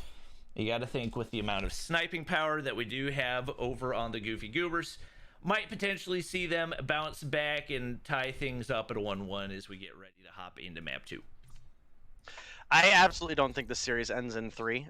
You know, I was mentioning we're guaranteed the domination because it's a best of 5, but I don't expect it to end there. So definitely have high hopes for the Goofy Goobers moving forward, especially with the sniping talent that they bring to the table in Search and Destroy. Obviously, we have a fair bit of it for the side of Yo Mama as well, between Forsaken, Space, even Raballo and Wally we've seen snipe a bit.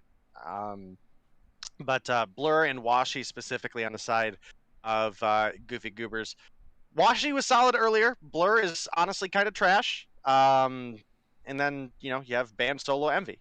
But Blur isn't actually trash, guys. I'm just trolling him, but I'm excited. I'd love to see a game 5 here. It's gonna make our night pretty late. I'm gonna be half asleep at work tomorrow, but whatever.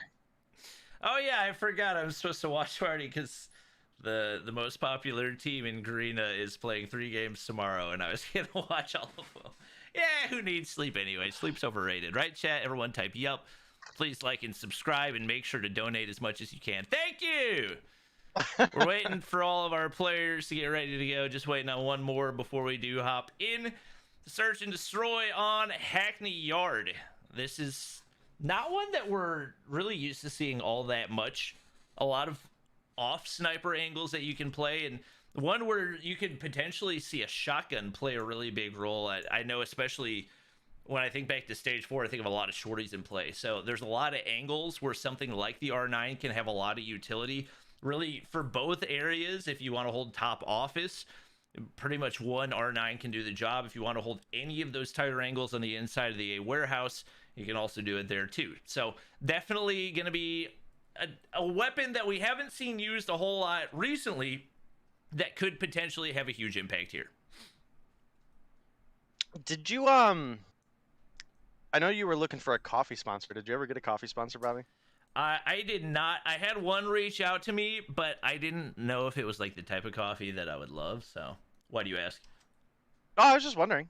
No. You know, I figured if you're going to be upcast in Garena, you could get some of that fine coffee. But oh yeah, I'll have to get to work on that, especially. It was a brilliant opportunity for a shameless plug and use code Bob, bro. I was trying to help you out. I appreciate it. I appreciate the thought right there. You use code Noah. He still has a G Fuel code, so there you go. There you go. Just waiting for all of our players to get in their respective teams. It is taking them a surprisingly long time to do so. And maybe somebody in the lobby that wasn't supposed to be. I don't even know.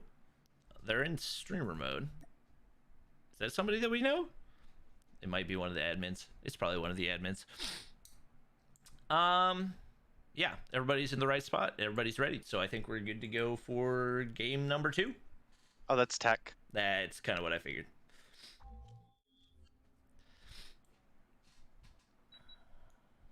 All right. Well, get ready to bounce into our Search and Destroy. All of our teams were pretty much ready to go. And, well, we've got a Hackney Yard available. This is definitely a map that can capitalize on some sniper talent. However, there is, at least to a degree, going to be a fair amount of cover for a large amount of this map. So we'll have to see. You can see Space popped on up in the back there looking for some sniper support for his team. Yo, these guys don't even care. Bomb is planted. At B. Okay. Wow. That is like the freest B plant of all time. Space in the back. Because nobody goes B. Information and... Oh, I thought... Oh, it was Space that got a kill. It got overlapped in the kill feed because Forsaken found one at the same time. But now Goofy Goobers have very limited options and definitely not a whole lot of time to work with. Solo gonna find 2 to open things wide open right there, and Envy finds Teabag, but time is low, and Forsaken's gonna find Solo right there. Big kill for Blur to be able to find, but he's only got 12 seconds. He needs a kill and a defuse, and if I had to guess, Forsaken probably not going to let that one happen. Goes for the fake right there, doesn't have the time, and even if he did, Forsaken finds the kill. It's gonna be Yo Mama taking round 1. Bomb spotted. Enemy has dropped the bomb. Definitely a big round for Yo Mama. We don't see many teams play for the B, so that's why it was so free. He had a full commit to the A site for the defense of the Goofy Goobers, and once again, nobody home. Pushed right on over up to B, and it's looking right now at least like we're getting another free one for the side of Yo Mama. Assuming they defend off from Solo here, who is pushing up mid. Fennec in hand, does take down Raballo. Is going to find another in Wally space, able to pick up that second kill for a third kill for the team on Band there. Forsaken. Is that a Deeg kill on Solo? That was a Deeg to the head. Lost that round, but it's not over yet. That was that was pretty clean kill. I don't think he was even trying to hit the Deeg to the head, but he got it anyway, and that's going to be one tap. Blur rocking the 30-round SKS on Hackneyard. That is very unusual. I can understand rocking the SKS maybe in specific situations. 30-round SKS is definitely an interesting one. He's going to go ahead and switch on over to the Type 25s. He hadn't had a whole lot of luck with it so far. And a couple big kills come in for Raballo, who has played a surprisingly big role for this team so far. He is going to get taken out, but it's going to be Teabag taking out Blur, and man advantage for the Goofy Goobers once again. Washi. Yo Mama. Wait, what? Man advantage for Yo Mama, not Man Goofy advantage Goobers. for Yo Mama. As Washi's in the back of the map trying to find a pick to even things up. Space is going to pick up the bomb. And right now, Solo, the only person that they have to take out to have a free plane. Well, Washi actually might have an angle on Deannabella here, aka Teabag, if he peeks, but now turn back, looking over at the B side. This time it's switched around. We do have the A plant. Again, it is still that 3 versus 2 advantage. You can now see Washi and Solo are starting to push up, playing their 2s tight, which is, you know, kind of what you got to do in a 2v3, but you would expect that's largely going to be the same for the side of Yo Mama. The 1-for-1 trade is in favor of Yo Mama. 24 seconds on the clock. Forsaken in space, and Forsaken going to take down Solo. The 3-0 lead coming through for Yo Mama, as they are just absolutely dominating the offense here. Yeah, Goofy Goobers just having a tough time keeping up, and once again, some surprising performances. We got Band at 0-3, and typically a relatively reliable S&D player. You got Solo, only player having a solid performance. He finds kill number 6 right there, and 2 big openers as Raballo and Wally both drop. We have Forsaken, who's still yet to die, and he's going to hop up into a place that could potentially give him an easy kill, but not going to be able to land it. Another player drops, and as we say that, Space and Forsaken find a snipe apiece. Forsaken, once again, still yet to die. Washi not in an angle where he's going to be able to see him right here, and now with the bomb down, going to be tough to retrieve, especially with 2 snipers in play. That's really going to bank on one of them finding a crucial pick right here. Space going to go ahead and hop down. Washi looking like he might peek out, and bad timing for Space. Could have seen the barrel, but didn't quite register. He's going to be able to hit the quick scope onto Envy anyway. Much more manageable as they find themselves in a 2v2. Yeah, bomb is down, and it appears that the Goofy Goobers know it. You could hear a couple wallbang shots were coming for Washi there, and I think he's getting a little scared. I think that one was pretty close.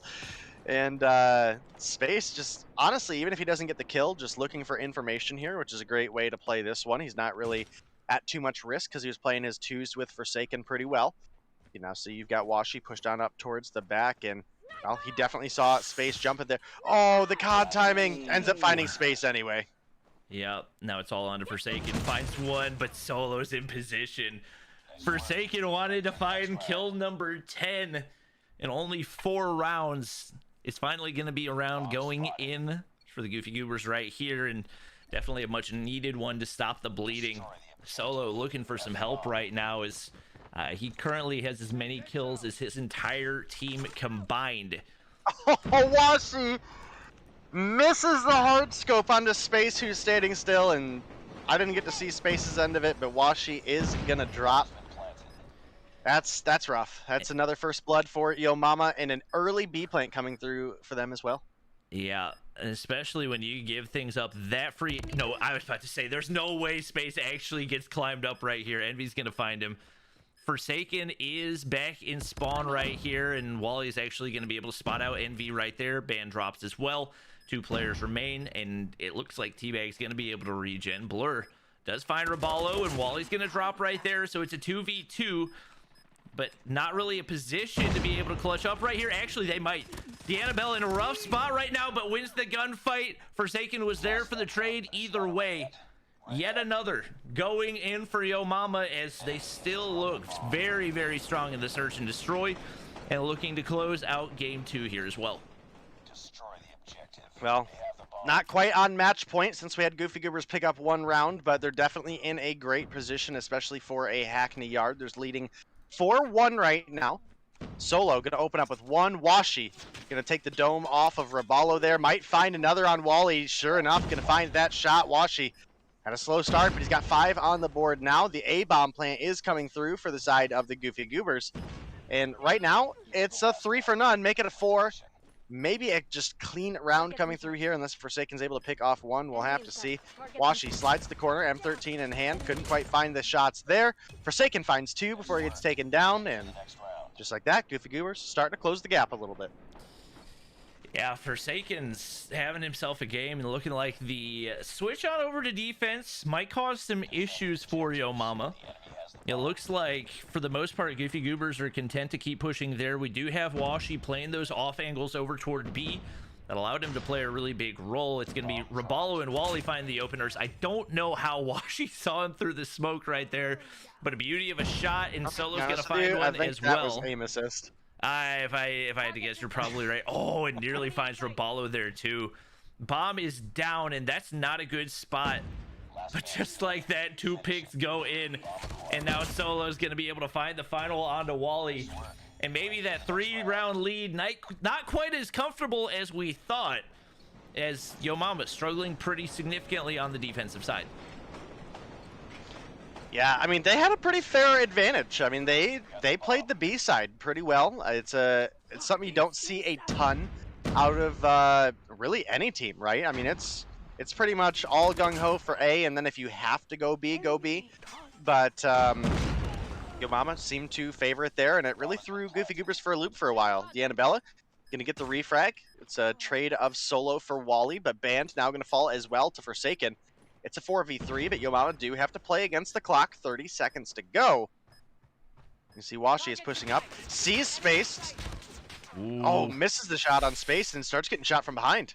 Washi's in a bad spot. He needs to regen, but Raballo is there. It's all on to Envy, and he's got 19 seconds to try to protect. 2 players left. Raballo over the bomb head. He nearly gets knocked off, but able to hit that last bullet. He's going to be able to get the defuse right there.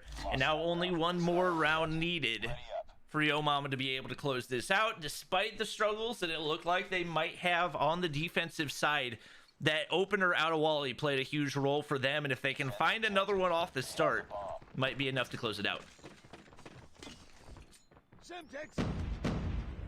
Well, match point. Can we see Yo Mama close things out here and have the 2-0 advantage over the Goofy Goobers? Quite possibly. Washi didn't see Space hop up! Oh, the hit marker from Space. Oh, well. That's going to be... oh, he pulled the SKS out now. Gotcha. It makes sense why you got a hit marker now. Yeah, that tends to happen. Tries to slide across right there. His SKS counterpart Blur on the backside. Envy's gonna get spotted out, but he wins the gunfight anyway, and that's gonna give man advantage. And now Raballo all alone finds 1, but a 1v4 was not in the cards for him. Another round goes in for Goofy Goobers, and you got to start thinking about what's gonna happen if we do end up going to a round 11. The sides switch, and definitely seems like between these 2 teams, the offensive side has been the strong side. We'll see if maybe they can get a defense in right here, but Washi gonna find the opener once again as Space drops, and right now flooding on into the warehouse is the Goofy Goobers, or are the Goofy Goobers, I guess. Bomb's gonna go ahead and go down quickly off the start once again, and now the pressure on for Yo Mama on the retake. do have a player advantage on the side of the Goofy Goobers, but Forsaken able to take that away with a pick onto Washi. Blur gonna take it down to Forsaken in return. Envy finds Wally. This is almost certainly a round 11, and well, sure enough, Band comes through cleaning up 2. Kind of a slow game for Band, so only got 4 on board, but well, the 4 he's got are some big kills that counted. So round 11, we switch sides. We're back to a Yo Mama offense. They did win 4 out of 5 here, but I don't think they're getting the free bomb plant this time. Sure enough, we have at least Band and maybe Washi making that rotation over towards B. Band in a tight corner here, just looking for information. Obviously, he's heard the utility come in, and definitely expect to see a little bit of a rotation out, at least from Yo Mama. Band gonna find 1, Band gonna find 2. That might be the comeback. That's it, but Forsaken's there to find 1. Oh, and definitely a must-have snipe of Forsaken. It's the follow-up. He's now got 15 to his name. Space is gonna drop. That leaves him in a 2v3 right here. I mean, right now, Goofy Goobers are spread all across the map. If you can find Blur right there, it could be... No, wait. Oh, my gosh. I thought he was going to go for the wallbang exactly where he was. And everybody in chat would have spammed Hacker right there. Timing just wasn't there. Envy's tucked away in a corner, top of that A building. And right now, Forsaken, if he doesn't have the read, he does! He hits the quick scoped onto Envy, and just like that, things are wide open. It's a 2v2. One player still holding inside. It's going to be Blur, tucked away in a corner. He's got a Deagle out. Not a good option right now. He's going to go ahead and back up. Blur playing his life. Bomb looking to go down. And it looks like the plant's going to go through as the pressure's on. Quick scope for Forsaken again. It's 17 and Blur's all alone. Trying to make his way outside. Information goes through. Forsaken trying to see if he can land the Deagle shot. 1 goes through. Raballo is there, and somehow not the Goofy Goobers, Yo Mama finds a way They're to all sneak Goofy Goobers out. Oh my gosh. Oh my gosh, I didn't think they had a chance.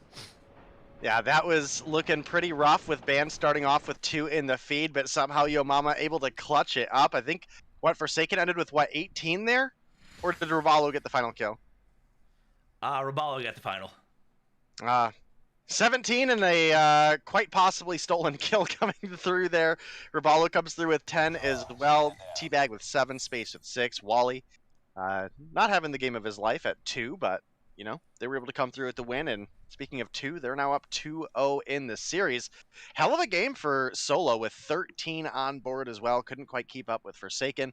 Did also have Washi, Envy, and Blur all putting up 8, and Band putting up 6. So hell of a game between these 2 teams. Man, that was a thriller of a search and destroy. I mean, just watching Forsaken's POV, that was fun to watch. And I mean, especially for them to get the win with really what you consider to be one of your go-to S&D players in space, struggling.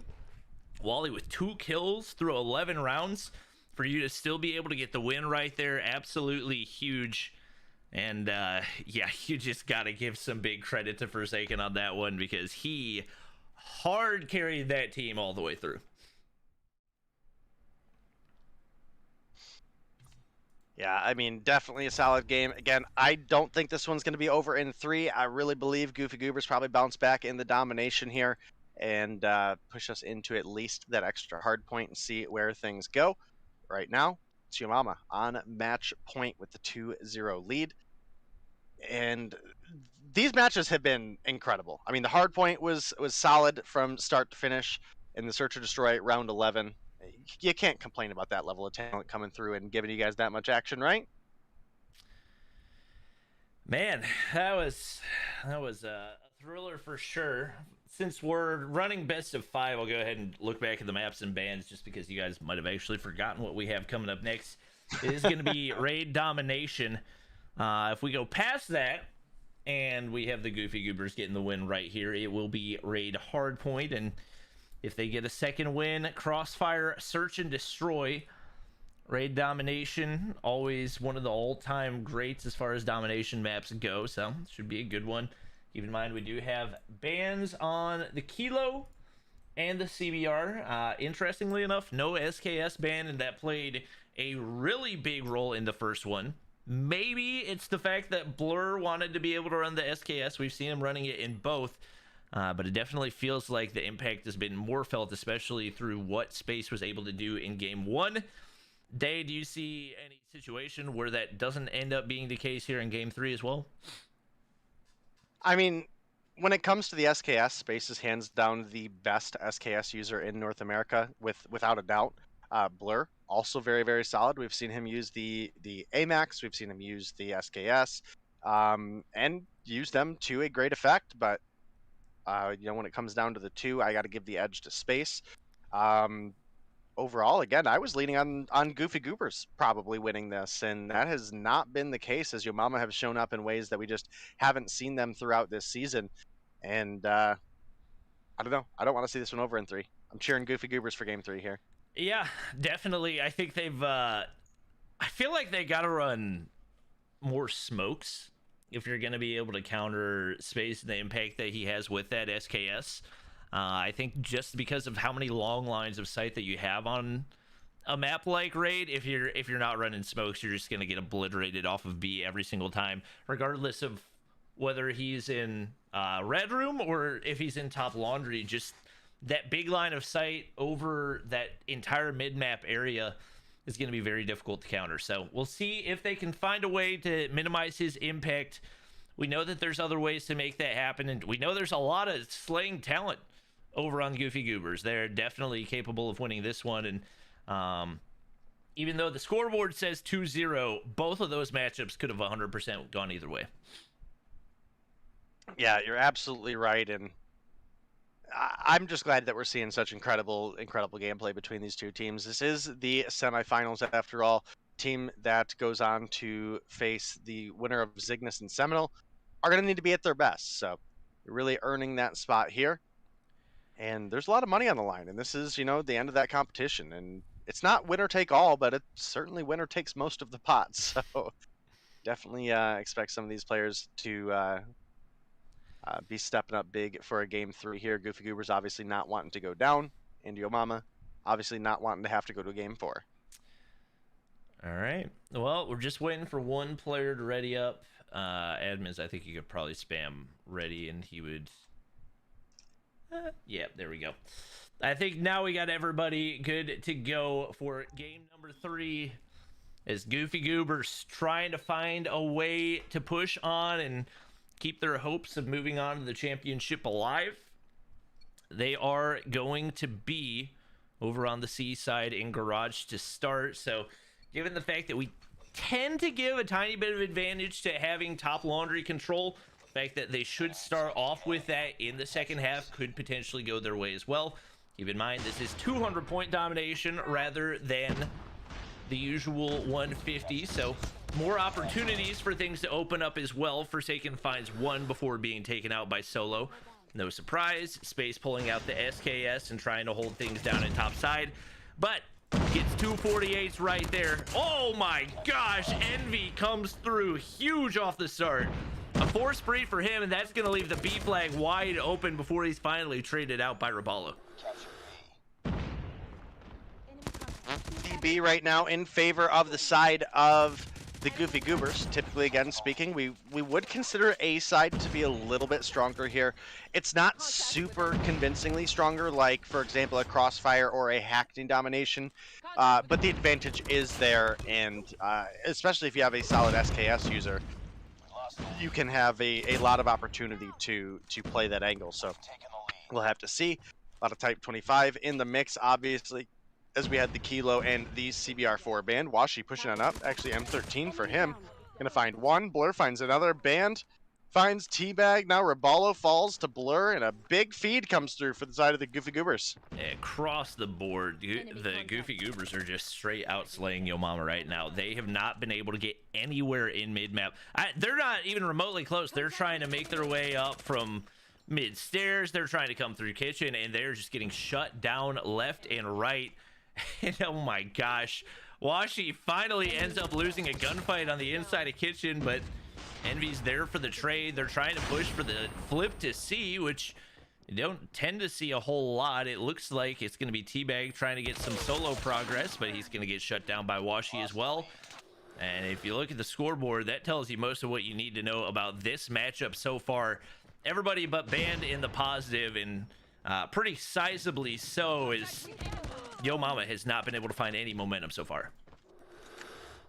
Yeah, definitely a little bit rough. And again, we did anticipate this to be the strong side start for them, and we just have unfortunately not seen that. And with a couple big games coming through from them, you definitely expect them to be riding a little bit more energy. Space finds one before getting taken down by Washi, who immediately gets refragged out. Teabag comes through with 2, Rabalo with 1. This might actually be a great opportunity for a B push, and quite possibly, I'm going to say a listen-in with the Goofy Goobers. That sounds like a good plan. Window, solo. He jumped down. Yeah, he's still top right, in window. Nice. Go B. Yes, one shot. Yo, go B. One more. Only one guy. Only Miss low, miss up. My mom. Pillar, middle pit, mid pit, holding Zed. One more, Zig. On you, V. Wait, for a second. It's 1, 2 jungle now. One step low. Get ring control. Smoke, stop laundry. Smoke, top laundry. No one died. I don't see no one laundry. Top laundry. Good shit. That's a B. Let's 2 in kitchen, 2 going middle, nice.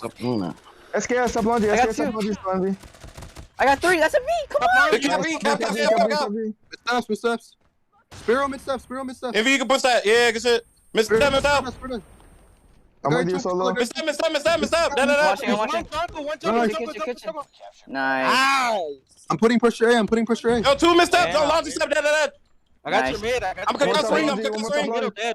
Two more top Laundry step dead. Top laundry. Laundry dead. I'm pregnant. Trying to play sweet. Pull, man, pull. Shit on.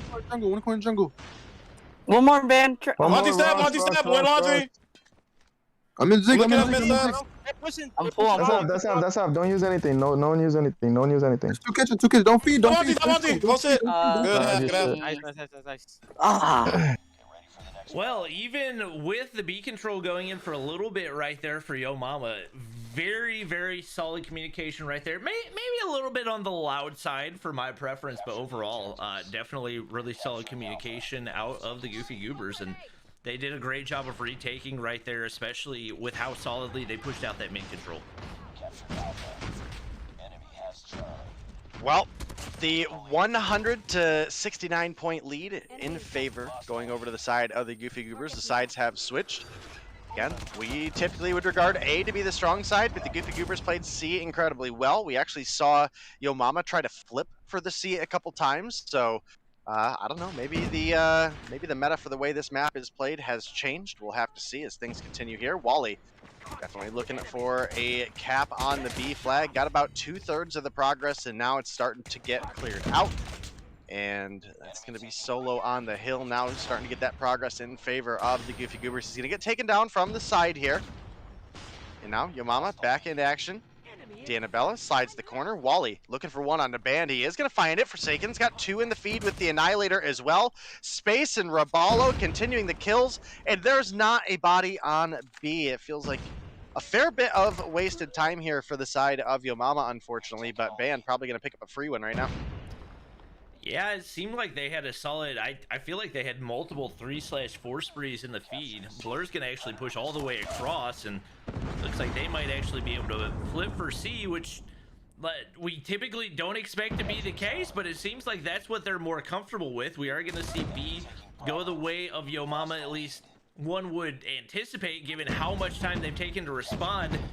They're able to get control, but the Sparrow going to go ahead and wipe everybody off. Right now, lacking a home flag, and they got to push out and make that happen before anything else happens right here. Some progress going in on C, but not able to get full control. Envy able to get away alive right there, so Space not quite able to get that frag. A bunch of kills go in, but trades are there. Washi's going to be able to find 2, and Rabalo's going to be last alive. And right now, Yo Mama's just struggling to find a home flag. Well, the 55-point lead is, or 45-point lead is in favor of the side of Goofy Goobers right now. Still no home flag for the side of Yo Mama. It does look like they are going to default on over to C. And they couldn't have got it any better of a time. I mean, we are like right on the brink of triple cap territory, so they have to hold the A or the CB for the rest of this game. And even on that note, time definitely a factor in these 200 dominations. So we'll have to see. They can't afford to lose out on anything here. You can now see Band making that C-side rotation.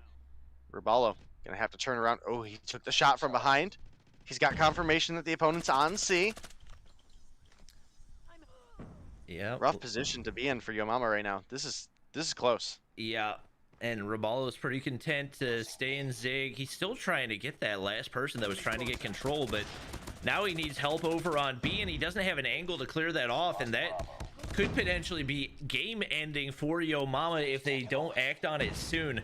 Right now they lack map control once again, and be chucking nades across the map, and they're all stuck down in basketball right now, basically getting spawn trapped. We're looking at the KDs. Seemed like they had done a good job of getting themselves back in this despite how things started, but just like that, the Goofy Goobers taking control back, and now at 170, we 100% see triple cap as a must-have for Yo Mama. And even if that happens, I'm not sure if they got enough time. Only 70 seconds remain.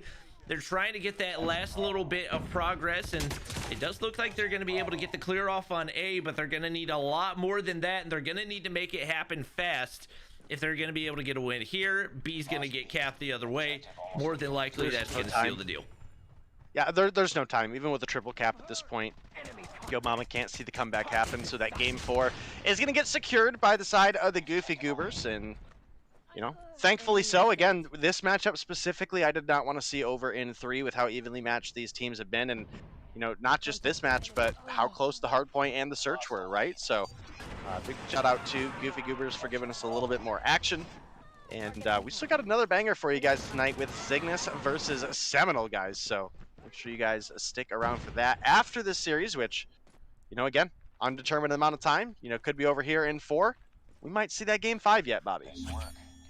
And it definitely seeming possible, right? There's the Goofy Goobers have a much stronger performance, and all around the slaying power was a lot more there than it was in the hard point. And obviously you see the strategy come into play a little bit more in the hard point than the domination. So we'll see. I definitely saw more smokes coming out to try to counter Space's SKS. I figured that was going to be something they would need to do in order to be able to secure that hold for long periods of time. So really solid job right there, and that minimized his impact, and across the board the rest of the team's impact too. Washi we saw slaying out really hard, especially sending into the half, and he maintained that all the way through. I think 17 or 18 at half, finishing with 35 to lead the lobby by a pretty significant margin. But across the board, really solid teamwork once again. You could hear it in the comms there for the Goofy Goobers, and definitely seems like they've got the momentum they need to head into a game 4. Yep, the 250 to 147 win coming through. As we look at the board, it's kind of a flip-flop of what we had in the hardpoint, right? At the end of the hardpoint, there was a ton of kills stacked against the side of Goofy Goobers. This time they come through and I think have a slight edge. It did kind of round out in that second half. They had a much larger lead at the end of the first half and even into the beginning of the second, but definitely a big fight put up by Yo Mama.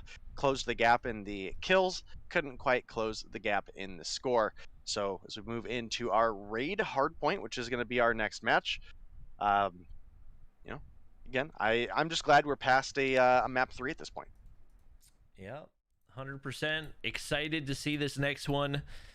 Raid hardpoint's another one of those that can get a little bit chaotic, especially with the spawn, the way that the spawns work, but the majority of these teams have figured out how to mitigate the impact of those awkward spawns, and definitely expect to see a competitive hardpoint here as we wait for the players to get readied up once again.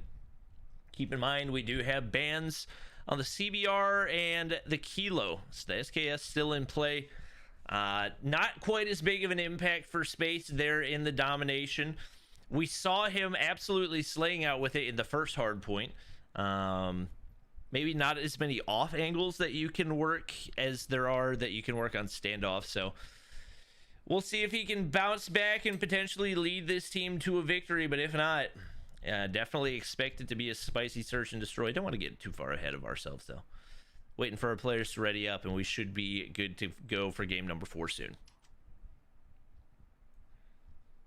Yeah, absolutely. And if we, this is bouncing a little bit back. We had way more captures for the side of the Goofy Goobers in that last game, and not necessarily flat out that it's more captures. I mean, the flags flipped the number of times they flipped, but the distribution of contribution came through really strong.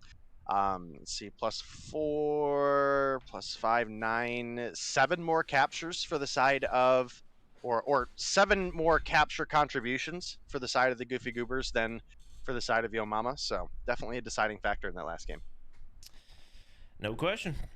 We got all of our players switched, and most of them are readied up, so I think we should be good to go as we look to hop into game number 4 right here. First game for the night, and like Dave mentioned, this will potentially not be our last one, as we do have a Seminole versus Zygnus matchup.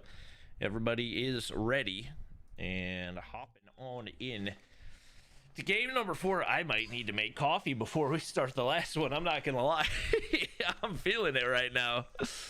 Woo! 3rd stream of the day, baby. Grinding. Everybody is here, and we are underway as both teams look to make their push on into P1. Tied for the lead.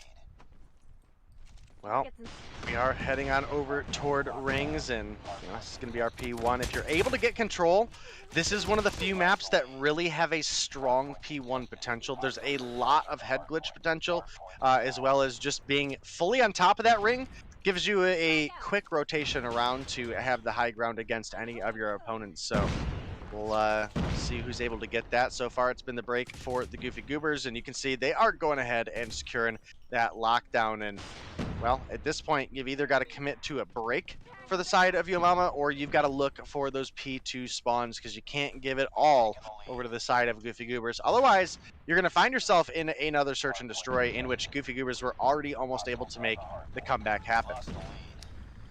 We do see Yo Mama getting the break right there, but pretty late in the clock, and as it is, we already have everybody rotated out for the Goofy Goobers right here. Blur gonna peek, but that's gonna be an SKS to the head. Envy trying to find him around the corner, but teammates are there. Solo's gonna get spotted out as well, and from distance, it's gonna be Space getting the break right there. Even before the hard point has rotated, Rabalo gonna wrap around to the back side and try to apply some pressure right here. Envy tosses out the nade. That's going to give Rabalo the information. That should be an easy kill for him there as well. Turns, finds another, and now looking to push on into Money Room. There's one player to the right. He is going to get taken out, and a huge hold right there for the Goofy Goober. Space looking to break on in. Finds one, but can't find the third. And right now, 2 very, very solid holds for Goofy Goobers, who are trying to push this to a game 5. Well, they are definitely putting up a fight for it right now. Solo is somehow alive. Well, not for long, as Space comes through with a 2-piece of his own. Again, fighting for a break that doesn't come. 18 points on the board for Yo Mama, 70 plus for the side of the Goofy Goobers. And as we look at the map here, we do have 2 players in the garage area for the side of Yo Mama. The 1-for-1 trade does come through. Now it's up to Teabag to win this gunfight. Ends up dropping to the Sparrow of Washi. His teammates make the rotation in, but they fall as well to Washi, who finds 4 in the feed, and another break comes through for the side of the Goofy Goobers. It just feels like Yo Mama can't do anything right now. Even when they rotate out early, they get completely slayed out on the inside of the hard point, and Washi already has a lightning strike. They get the information on players rotating. Envy's gonna find a double with the Pred missile. Blur's picking up a couple. Washi now on full streaks. He's got 14 to his name right now, and you can imagine probably gonna start stacking even more. It looks like Yo Mama's gonna go ahead and rotate out for next. Forsaken wins a big one to end the streaks for Washi, but to be honest, doesn't really have much of an impact now that he's on full streaks. And with how early they've rotated right here, it gives an opportunity to the Goofy Goobers to get the break before the hard point even pops. This is seemingly not the same two teams that we saw in the first hard point, and Forsaken is trying to make that rotation over, finds one but gets dropped, banned with a grenade over into the basketball court, able to find an extra one. Forsaken spawns literally in the bullets of Solo, who is shooting somebody else. How? God, why is this a thing?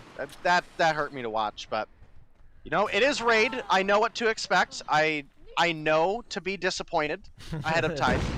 So we're here. We're going for it. I mean, Goofy Goobers are just beaming right now. I believe they have multiple players with full streaks. We see Solo, Pred Missile, Lightning Strike, Cluster Strike. We see Washi, Pred Missile, Lightning Strike, Cluster Strike.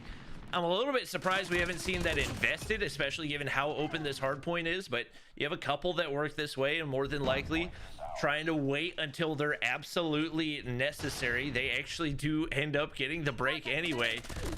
Yo Mama just in a really tough spot right now, as across the board they are getting outslayed everywhere that they look. You see Washi, Envy, 2012, 2011, even with Band having his struggles, it's not having an impact on the matchup so far, as right now it is already the Goofy Goobers trying to get the break on in. It just seems like the communication isn't there. Definitely kills that should be getting traded, not getting traded, and just like that, they get the break into P5. Yeah, I mean, this has been a pretty decent landslide, realistically speaking, for the side of the Goofy Goobers. This is not the situation that they were in the first hard point. And, man, I don't know if they didn't warm up or what, but they're on an absolute tear right now. We did have a decent P4 for the side of Yo Mama, but I mean, they're still sitting 100 points behind at this point, Bobby, and it is getting dangerously more difficult to make the comeback happen as we inch closer and closer to victory for the side of the Goofy Goobers. While a comeback is possible, it's going to take 2 full big holds for the side of Yo Mama. You talk about like needing a warm-up, but the Goofy Goobers were the one that played in the quarterfinal matchup, so you'd think if anybody's going to be warmed up, it'd be them. I don't even know how to explain what we're seeing right now. Blur on a 4 spree and looking to get a lightning strike right here. Still got an Annihilator to work with. Rwalo going to be able to knock him off, but Envy's there for the trade. And like you mentioned, this just looks like 2 completely different teams. They already get the break here on P1. I don't know how Envy was able to get out of that alive. Finally going to get dropped by Rwalo right there, but trades left and right. Forsaken trying to do something for his team, but he's going to get shut down as well. Rwalo, the only player to break that 20 kill mark, and it looks like they're going to try to rotate early for P2, but once again, the gap is so big, you can't afford to give up these last 15 seconds completely uncontested. That puts you, what, 15 points away from losing the entire game? And right now, this Yo Mama team is just scrambling for some semblance of control, and they're not able to find it. Yeah, I mean, this one is just about over. We're in a position now where I don't think the comeback is even realistically possible for the side of Yo Mama. I mean, you've got almost 200 points to go, right? Your opponents are sitting at 13. With the spawns the way they are on raid and the hard points actually being a very fair and balanced rotation, the likelihood of you not giving up 3 or 4 points here or there over the next 4 good holds that you could have, not realistic, right? And, you know, sure enough, we have time ticking away once again for the Goofy Goobers, who now sit 5 points away from victory. The contest comes through, but not for long. Now through the backside of Kitchen, you do have Yo Mama pushing in, but only 3 points to go for the Goofy Goobers. At this point, if you're the Goofy Goobers, garage is money. Garage is money. Just set up for money. Right now, Goofy Goobers are trying to 100-point club them. 100%. They're going to actually succeed in doing that. 250 to 90. Given what we saw in that first game of Hardpoint, was not expecting that result the second time these two matched up. And when you look at that, we've got ourselves a game 5 washy. Going ham the last couple of games, 34. I believe he had 35 the game before. So he, I believe, struggled pretty significantly in the first hard point. For him to come through with that type of a performance, definitely a good sign for them and potentially some momentum as he heads into the Search and Destroy as well. Well, our last Search and Destroy ended up being a round 11 that, honestly, at the beginning of it, a big comeback for the Goofy Goobers. That round 11 was looking theirs, especially with Band. A great read on the B push out of Yo Mama. Picked up 2 for his life. That was a giant trade for them, and fortunately, they just couldn't make it happen. So realistically, this one could yet still go either way. We do have a pretty sizable kill lead once again for the side of the Goofy Goobers here. You had, let's see, +9, +13, 24, 30, 29 kills, an advantage for the side of the Goofy Goobers. And we saw games that were even more in favor of a team go all the way down to the wire earlier. I'm pretty sure the Zygnus versus 11T was a 35 kill lead for Zygnus, and it was a 250 to 208. Yeah, I believe that was the score. Yeah, really, really big game for Goofy Goobers there. Yeah, that was lopsided would be an understatement on that one. The Crossfire Search and Destroy, the determining factor for who moves on to the finals and who moves down to the 3rd place spot. These matchups will be happening on Thursday, so definitely make sure you guys got your notifications turned on so you don't miss them. You gonna be here on Thursday? I will be here on Thursday. Fantastic. Go ahead. But we're getting our players ready to go pretty soon here. Just a reminder, in the first Search and Destroy, we saw Yo Mama take an early lead. Goofy Goobers fight back. Looked like they were going to pull off the comeback. Then Yo Mama barely closes it out in round 11. This is another map where there is a definite strong side, and once again, it is on the offensive side. So even if we do see one of these teams take a lead early on, can't put too much weight into it, especially given how difficult it is to defend that A site. It is going to be all about A control, and once again, Crossfire, probably the longest map in the game, so there's absolutely no question that snipers are going to have a massive impact, but everybody's ready up, and we're good to go for game 5. Well, our Search and Destroy on Crossfire is getting ready to take off. Obviously, we mentioned an evenly matched games. Offense tends to be the stronger side for Crossfire, so definitely a lot of potential here for Goofy Goobers to take an advantage early on. Envy seemingly going to be our bomb carrier, at least for this round. Oh, and no ping, no party, bro. Well, okay then. We'll hopefully get everybody loaded back into the game pretty soon here. Thank you guys for your patience. We very much appreciate it. And hopefully it actually lets me out. All right, we are getting loaded out. So hopefully just a loadout issue or something.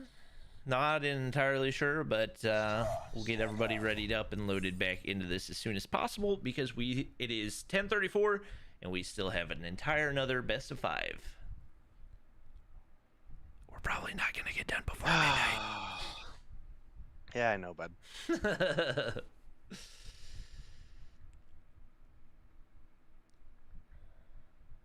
Yeah, I'll be getting an energy drink in the morning for sure. That is definitely gonna be on the plate today, especially since I was up super late last night taking a crash course on DaVinci Resolve. Oh, nice. Is it an actual Dude, crash course, or are you just binging YouTube? I'm just binging YouTube. Understandable. Yeah. It's actually been the past 2 nights. There's a lot to learn with video editing. And I'm terrible at it. That's why I just let somebody else do it. Understandable. If I was a full-time content creator, I would too. All right. Waiting for our players to ready up. Hopefully that comes through soon. Still waiting. Apologies, everybody. I want to get into this as soon as you do. So, hopefully not too much more time. Everybody's ready. Go, go, go, go, go. Thank you.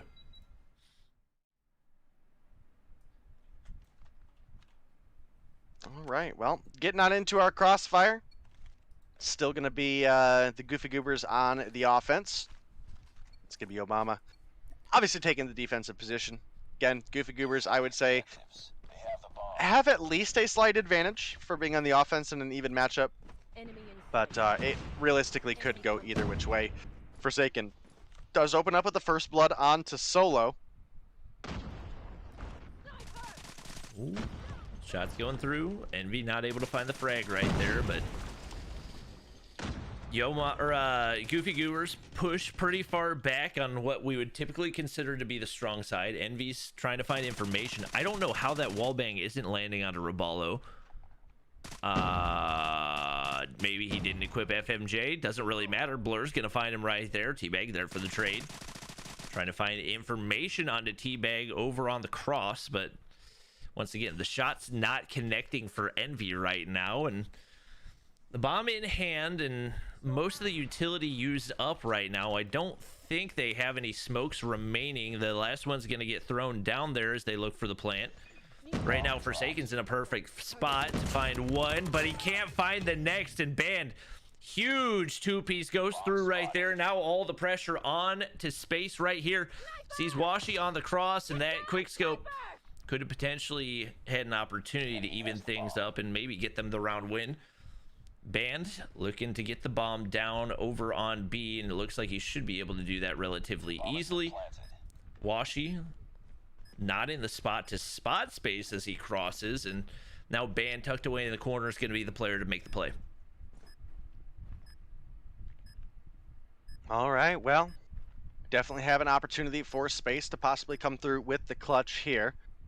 Especially with how spaced out the side of Goofy Goobers are. You're essentially giving Space an opportunity to take two 50-50 fights, but man, obviously not finding anybody. He just was not comfortable pushing up to the bomb. Can't win the gunfight with Band in the first place, and that's going to be Goofy Goobers taking round one. Even though typically in that situation, I feel like it would make sense to just play trades, knowing that he has a sniper. Definitely well played out of the Goofy Goobers. They do take round one, and probably going to see a lot of similar pushes and defenses out of these two teams. It's going to be Washi with the opener onto Wally. Wally not having his best day so far, 0-2 off the start. Right now, Space trying to find the planter, as Solo's going to find another two, and once again, Yo Mama struggling as they have throughout these last three games. Space not going to be able to find the planter as he crosses out. Band running around with boxing gloves. Looks like Washi going for the 360 off the top of that B building. Solo trying to close out the final kill. And right now, Space just hoping he can maybe find one more kill. See if a no-scope will land in a pretty much impossible spot in the 1v5. And Washi gonna put him out of his misery as the Goofy Goobers take a pretty convincing first couple of rounds. Yeah, they lead 2-0. We did almost see the comeback happen in the last search and destroy for the side of the Goofy Goobers. Can Yo Mama come through with that same kind of energy? Again, the offense does tend to be a better start. You have an opportunity to get a couple rounds that are in your favor off the get-go, and you know, maybe put your opponents in a difficult position, but oh, Blur. Teabag walks right into the no-scope. Space is able to get a kill onto Washi, resulting in a 2-for-3 trade. It's now Space and Forsaken versus Envy, Solo, and Blur. Ooh, Space gets a hit marker, can't get the kill. I haven't seen that bank shot before, but I kind of like it. Like the play right there. He's pushing up. Solo's there for the read. Forsaken finds one, but he needs two more for the 1v3. Bomb planter is going to get taken out. Nobody pushing for now. One... Whoa, what? Bobby, why would Envy plant the bomb on that side? Wait, where was he playing? Oh. I don't know. That's an unusual spot to plant the bomb, especially... That's so weird. I legitimately have no idea. The bomb has been planted. That's, yeah, I mean, that, I was super confused by that. But it is now Forsaken left alone in the 1v2 against Solo and Blur. Solo has been absolutely tearing up the side of Yo Mama with the Fennec right now, and you know, he's even been able to pick himself up a sniper as well, and we've seen him snipe a little bit in the past season, and he can definitely bring it with the best of the best.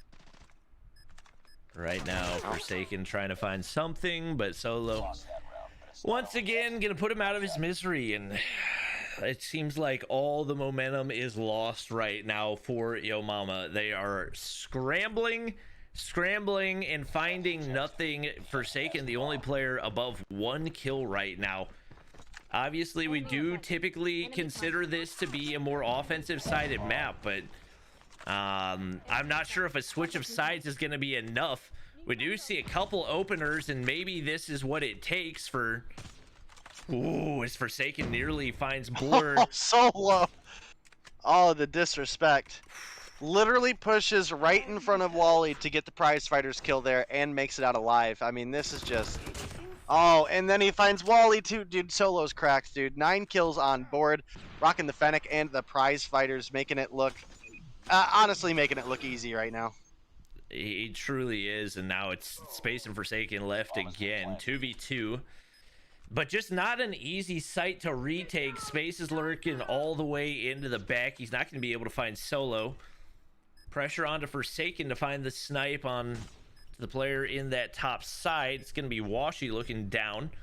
Doesn't have an angle right here, but you don't really have any counter for the Fennec in the hands of Solo, who just hasn't been missing at all. Nobody in the spot. Solo's going to find another one right there. Washy's there for the other.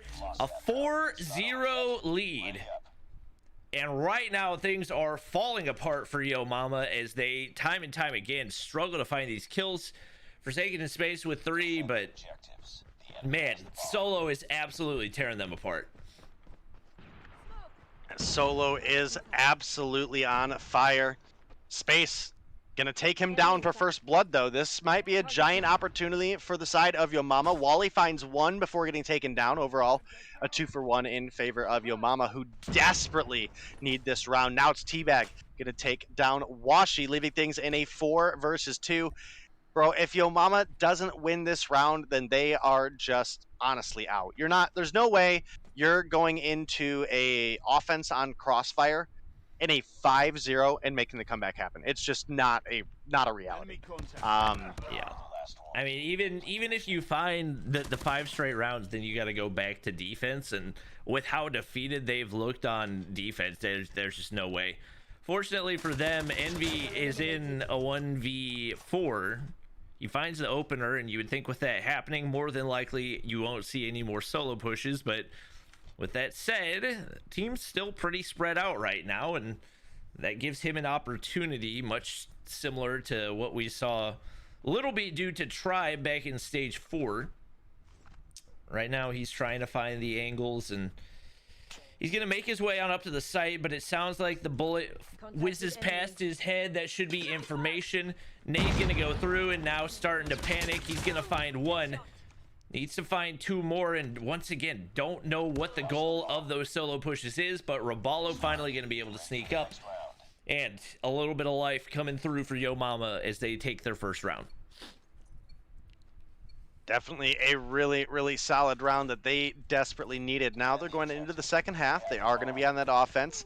Not the most comfortable position to be in. I'd be more comfortable for Yo Mama if they were in a 3-2 scenario, but that is just not the case. Again, Solo has been absolutely shredding with the Fennec. Space opens up with 1, but it's quickly traded out. Solo gonna find another kill for the team. He's now chasing Forsaken. Forsaken, thank goodness for Yo Mama's sake at least, he was able to pick up that kill on Solo, keeping things at a 3v2 player advantage. And again, with Solo down, this is kind of like the last hope for Yo Mama, right? Solo has to die if you want this comeback to happen. Yeah, he's 100% been the X factor. Space gonna pick up the bomb right here. Smoke's going out. Has an angle to plant if Blur doesn't spot him out first. Still content to take his time as the utility slowly goes on out. He's going to go ahead and go for the plant, but as he hears the bullets whiz past his head, doesn't make an adjustment right there. Teabag in a spot where it looks like he might be able to figure out Washi's location, rounding the corner right here, gonna spot out Blur. The Bobby Flay skin gonna drop, and now all the pressure on the Washi to try to clutch up right here. It's a 1v2 for him. Laser not peeking through, and he gets the information on Teabag, but Teabag's gonna crouch through, so he doesn't know what direction he's gone and doesn't have an angle onto the planter. The bomb goes down, and now the pressure on for the 1v2. And would you look at that, pistol whip gonna be enough for the first.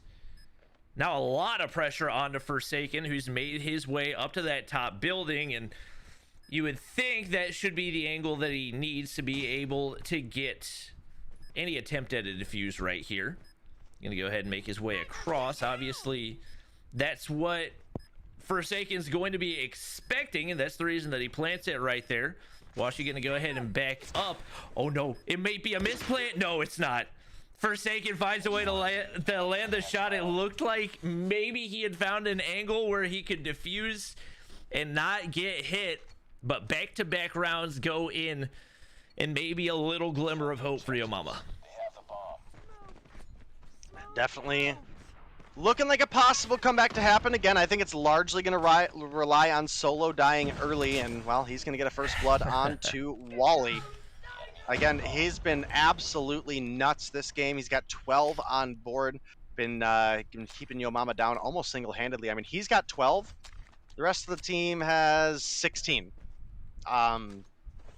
That's big numbers for Solo. Yep. It's going to be Blur finding another right there. It's going to make life that much more difficult for Yo Mama.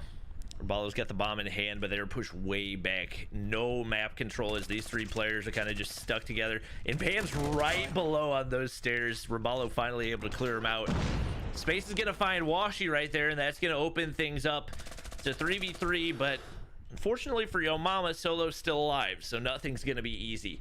Looks like they might actually look for the push over toward A right here, and two go on through right there, and just like that, Envy all alone. The plant going down over on A, and Space tucked away in an unusual corner. The boxing gloves are out. He could have had the punch, still able to get the Type 25 kill. Unfortunately for Space, he's going to hit marker right there. Pressure on, and Teabag's got the information. Envy not picking up the sniper. You'd think they could have given him a lot more options, but now Rabalo backed way down in the spawn building. Should be some information right there. He's going to drop on the wall bang from Envy. Deanna Bella should be in a manageable situation, but no! He's taken out! The easy, or so it seemed, 1v3 for Yo Mama falls apart one by one. Envy, a huge clutch right there, and that's going to put them at match point. Wow. Envy clutching up a big one for the side of the Goofy Goobers. Now, even if we do see the comeback start to happen, you're in that same situation where we were talking about going down 0-5 on this map, right? Even if you do go into the offense and win all 5, that last round, that round 11, is going to be with you guys back on the defense, so you can't be feeling too confident if you are Yo Mama right now. Space is going to open up with at least one onto Band. It does give them an opportunity, but I mean, it's going to take a hell of a play for them to make the comeback. Space going to find Blur. Teabag gets a hit marker with a nade onto Solo. Oh, that was a god nade out of Space. I was like, wait. I was trying to calculate in my head, is there actually a chance that that lands? And I watched Blur slowly walk up to exactly where it was gonna land. Yeah, that's gonna be huge for Space, but once again, it's Yo Mama in just a really difficult position, and Rabalo's gonna make the wrap top side. Envy inside Deli right here. Solo's been the tough one to deal with, and no surprise he finds another one right there. Well, he's going to be there for the trade. Washi misses a couple, but there it is. Envy once again coming up huge for the Goofy Goobers. And now it's all on to Teabag and playing Ring Around the Rosie. He's going to be able to spot out Envy right there. That'll allow him to pick up the bomb as well, but he's got to deal with a lethal sniper in the hands of Washi. seeing if he can get the nade on the planter. Potentially, it's actually Teabag wrapping wide. That's not going to land right there, and only 26 seconds for the plant. Teabag's got to make a move, and he's got to make it fast. It looks like he's going to go ahead and full sprint on over to A. Washi very content to just let him plant right there, which is interesting because there's a lot of pressure on the Teabag right here. Plant's going to go down onto A, and we've seen this team have a tough time holding. It's going to be that much more difficult to hold in a 1v1 as opposed to a 1v3. Teabag backs up right here. No information quite yet. Needs this kill to clutch up. Washi might just go ahead and go for the defuse. Gonna go ahead and peek right there. Hit marker. Oh my goodness. Oh, sometimes it's better to be lucky than good, and Teabag miraculously stays alive and keeps the hopes alive for Yo Mama. Yeah, I mean, really well played. Unfortunately, when he did push up into the bait, Washi dipped behind the head glitch. And sometimes that's the challenge you've got to be ready to make, especially when you're in a 1v1 scenario. You know someone's gonna bait that oh my goodness. How did you lose that? Teabag. Oh my. Well, I guess at least the team gets the 2v1 trade. Bomb plant is coming through. As I was saying, you've got to be prepared for a player to look at the angle that the bomb is planted and know which way you're going to be coming from if you do go for that defuse with it being on that far side. He was obviously going to be playing from street, so Washi dipped back. And, you know, again, as you mentioned, sometimes it's better to be lucky than good. Washi ends up getting the hit marker. And that was unfortunate for the Goofy Goobers. They couldn't close it out, but it does give Yo Mama another chance at life. Wally doesn't hear Envy diffusing. What? Oh my goodness, what happened? It's not over yet. Ready up. I mean, if that's not just one of the most anticlimactic endings that I have ever seen, I don't. How do you have players so far away from the bomb? I don't know, man. That was just confusing. Obviously, when you've got a game 5 or a series like that goes down to game 5, you expect to see some sort of crazy ending, and it all comes down to a botch play that results in an easy defuse with there were 2 people alive, right? Yeah. I do believe it was a 2v3, but I think we were, what, 16 seconds on the clock? Like, Envy peeks out that window, gets the kill, and, you know, maybe is able to tuck away and find Band 2. Hard to say what would have happened, but got to be playing close enough to hear that bomb cue. Yep. That's, man, that's just, oh my gosh, that was such an unfortunate way for that one to end. You got to give big credit. I mean, Solo and Envy. Solo in the first half absolutely ran it, and then Envy with his 1v3, I would say that was probably the play that broke the back of Yo Mama, and oh man, that's just a painful way for that one to end. Yeah, definitely a little bit rough to come that far just to have a essentially a ninja defuse come through, but hey, sometimes that's just what happens, especially when you get into a position. I don't know if MV did hear the bomb defuse and maybe assumed it was going for a fake first or what, but clearly that was not the case. And, you know, that's something that, unfortunately, when you're in a position where you're down players, you can't afford to rely on your opponents to try to fake first, especially with Band having picked up that kill on bomb site. You did know one player was there, and obviously if the bomb is, you know, counting down, the rest of the team is going to be making that rotation too. I do think Blur was watching Street from Broken Wall, but overall just a good timing play from the side of the Goofy Goobers. They end up picking up the win, and as you mentioned, it was Solo in the first half. I think he put up 12 kills on the offense and then only found 1 thereafter, but I think Envy was at like 3 and ends up with 10, so really really solid game between these two teams. Really solid series. That was a good series overall. Yeah, that was a fun one to watch, and now it's going to be the rivalry that you have all been waiting for. Seminole versus Zygnus in a battle for one of the final spots. Winner will face the Goofy Goobers. Loser will face Yo Mama in the 3rd place matchup. Those games are going to be happening on Thursday, but we've got to get through these first, so we'll go ahead and take a look at our maps and bans real quick. It is going to be standoff hardpoint to get things started once again. We do have Seminal banning the CBR and Zygnus banning the Kilo. So pretty much the exact same weapon bans, if I remember correctly.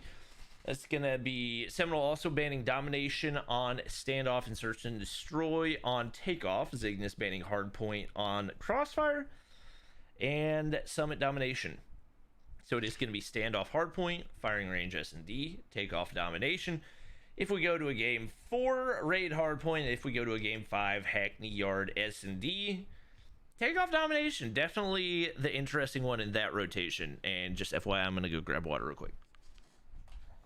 Fantastic. I was gonna also step away to do so, but we'll stay and entertain chat until Bobby gets back. Definitely a solid game for Yo Mama versus the Goofy Goobers there, and you know, we're getting ready to bounce into another incredible matchup.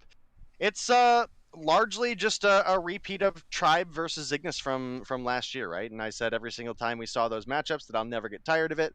There are always good games back and forth between them. And sure enough, we're getting to see that action again. It's a little bit of a different Tribe lineup. It is the kind of post champs announcement lineup. So I'm or pre champs lineup. That's what I meant to say. Pre champs Tribe lineup, and they definitely have shown to be a threat the past couple weeks. Zygnus have also definitely stepped their game up. We do have Seminal with a ban on the CBR, Zygnus with a ban on the Kilos. Probably going to see a fair bit of the Type 25 in the mix. Might see some other guns as well.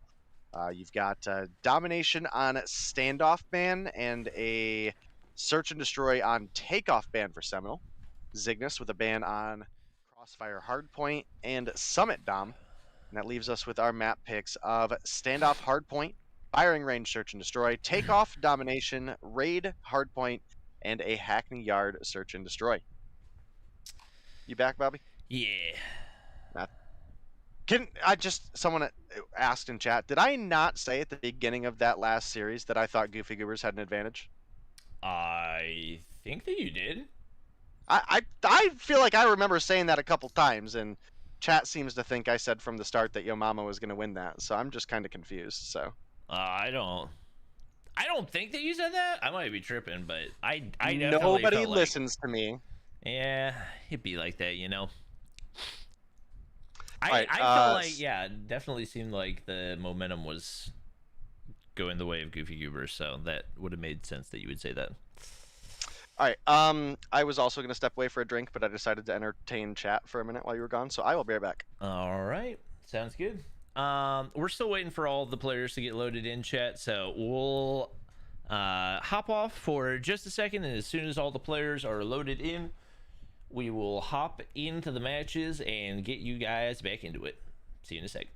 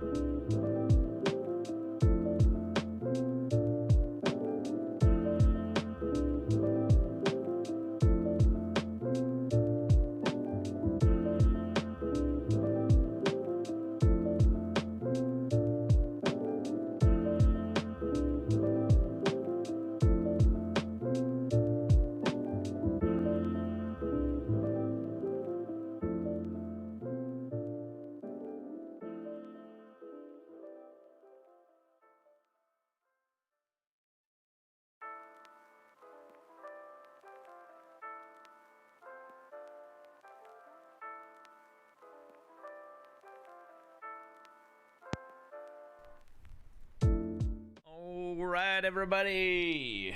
We got everybody loaded into the lobby, so we should be good to go pretty soon here. Just waiting for our players to ready up. Starting rosters for each team. You guys already saw Zygnus earlier tonight as they took out 11T in a 2-0 win. It's going to be Zygnus to Tio, Just, Zai, Kimwex, and Envoy going up against the Seminole roster. That's been pretty much the same starting roster for the entire season. Vague, Slothy, Bolu, Jez, and Marshy. This is a team that started off a little bit slow in the Mobile Mayhem season, losing some matches that we didn't really expect them to, but they have come back full force, and they have not lost in a minute. They've been winning a lot of events happening recently, and definitely one of the favorites, if not the favorite, to win the event, going up against their rivals in Zygnus. Should definitely be a fun matchup to watch.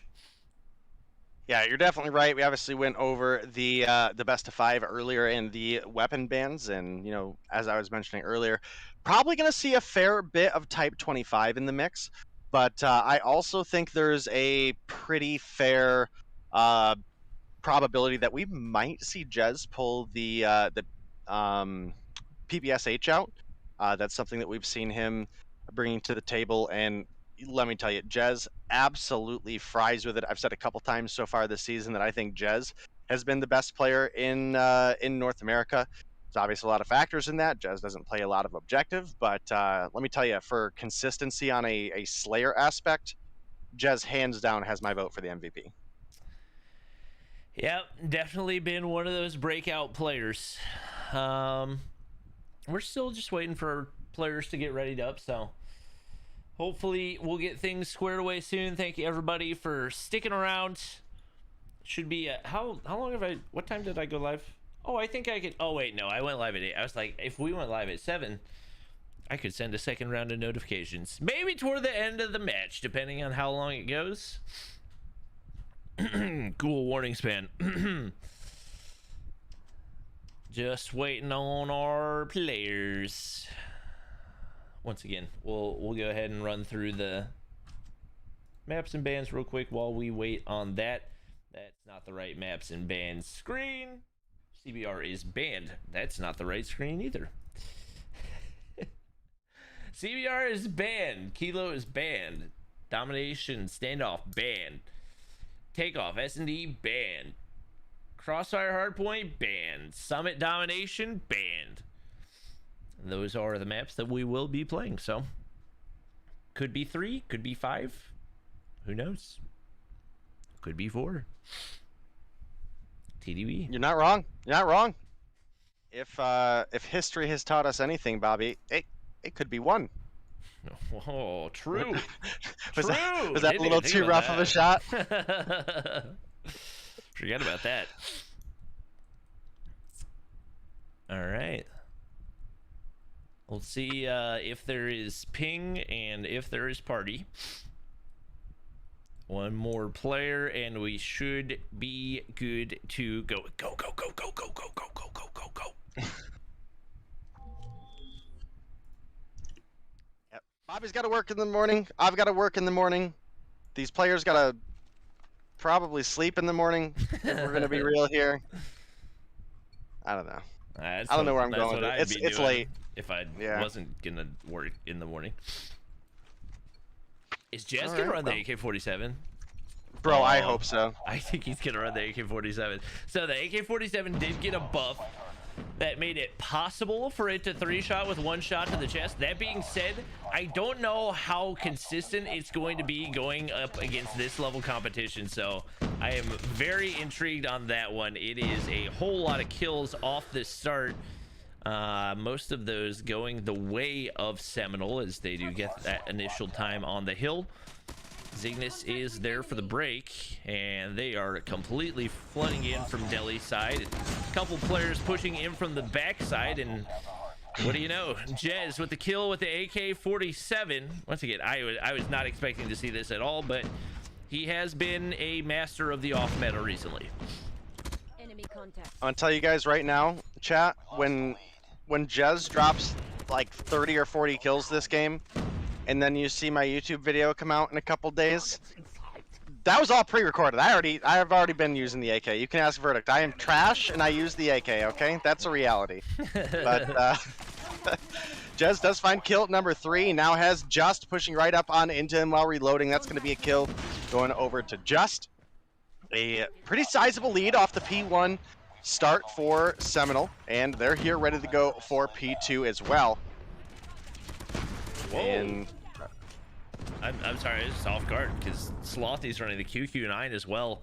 I think Seminole's trying to make a statement. yeah, is this? I'm not sure I'm gonna say trolling, but maybe trying to give themselves a challenge is even with At least Jez and Slothy. Yeah, Jez and Slothy coming through, and Slothy's gonna find one on the top side of the hill as well. Just like that, they're able to get the break on in. Nades left and right. They do push up through that top side. Slothy pushes in, finds kill 1. He didn't realize there's another player behind him, but it's okay. Teammate is there for the trade and cuts off another one on the rotation. And my, oh my, what a start right here for Seminole.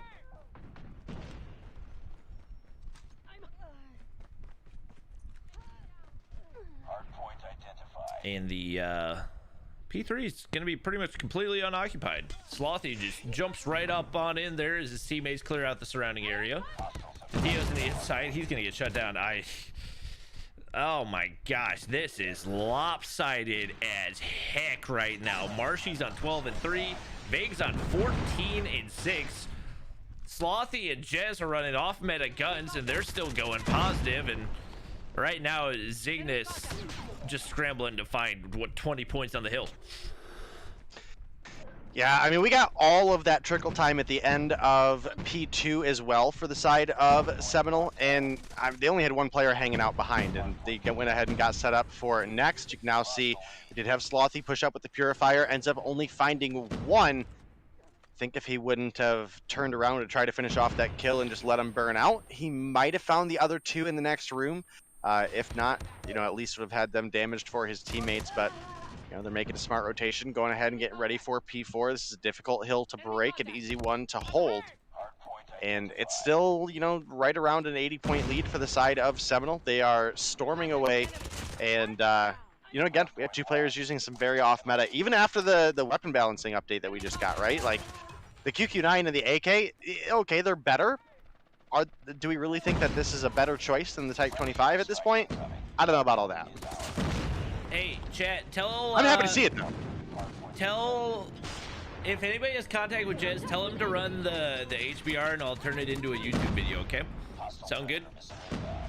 We'll see. I mean, I don't want to count this one as over, but we do finally see Zygnus getting some time on the hill as they have Just in the top side. He's going to find a big 2-piece right there. I think players maybe still behind. Nope. All cleared out behind. Make that 3 in a row. Can he find 4? Oh, that timing was just absolutely heartbreaking. That's going to give Marshy a free push on into the hard point. They're going to keep on stacking time right here.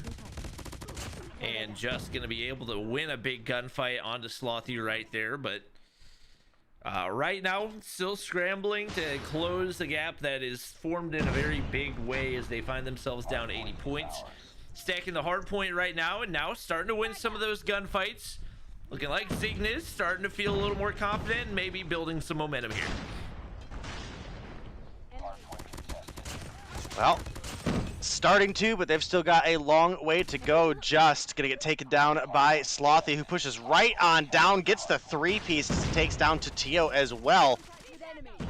He's looking for maybe a player making the next rotation over, ends up walking into Zy, who takes him down, and it's Zygnus once again on the point, starting to recover some of that lost ground. They're getting a little bit cleared out now, however.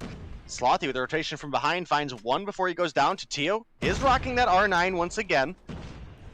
Definitely could be a solid, useful tool on this P2 as we start getting over that way, in which Zygnus actually have set themselves up for the respawns, but somehow still spawn boxes and tractor. I'm just...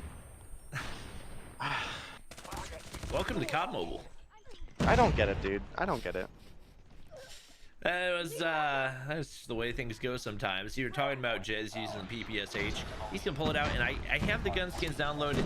Yeah, next time I go away from my computer, remind me to just hit the download everything button, because I don't know what I don't have downloaded. But apparently one of those things is the PPSH. Oh my gosh, Jez flying across the map. I forget how crazy the mobility on this gun goes.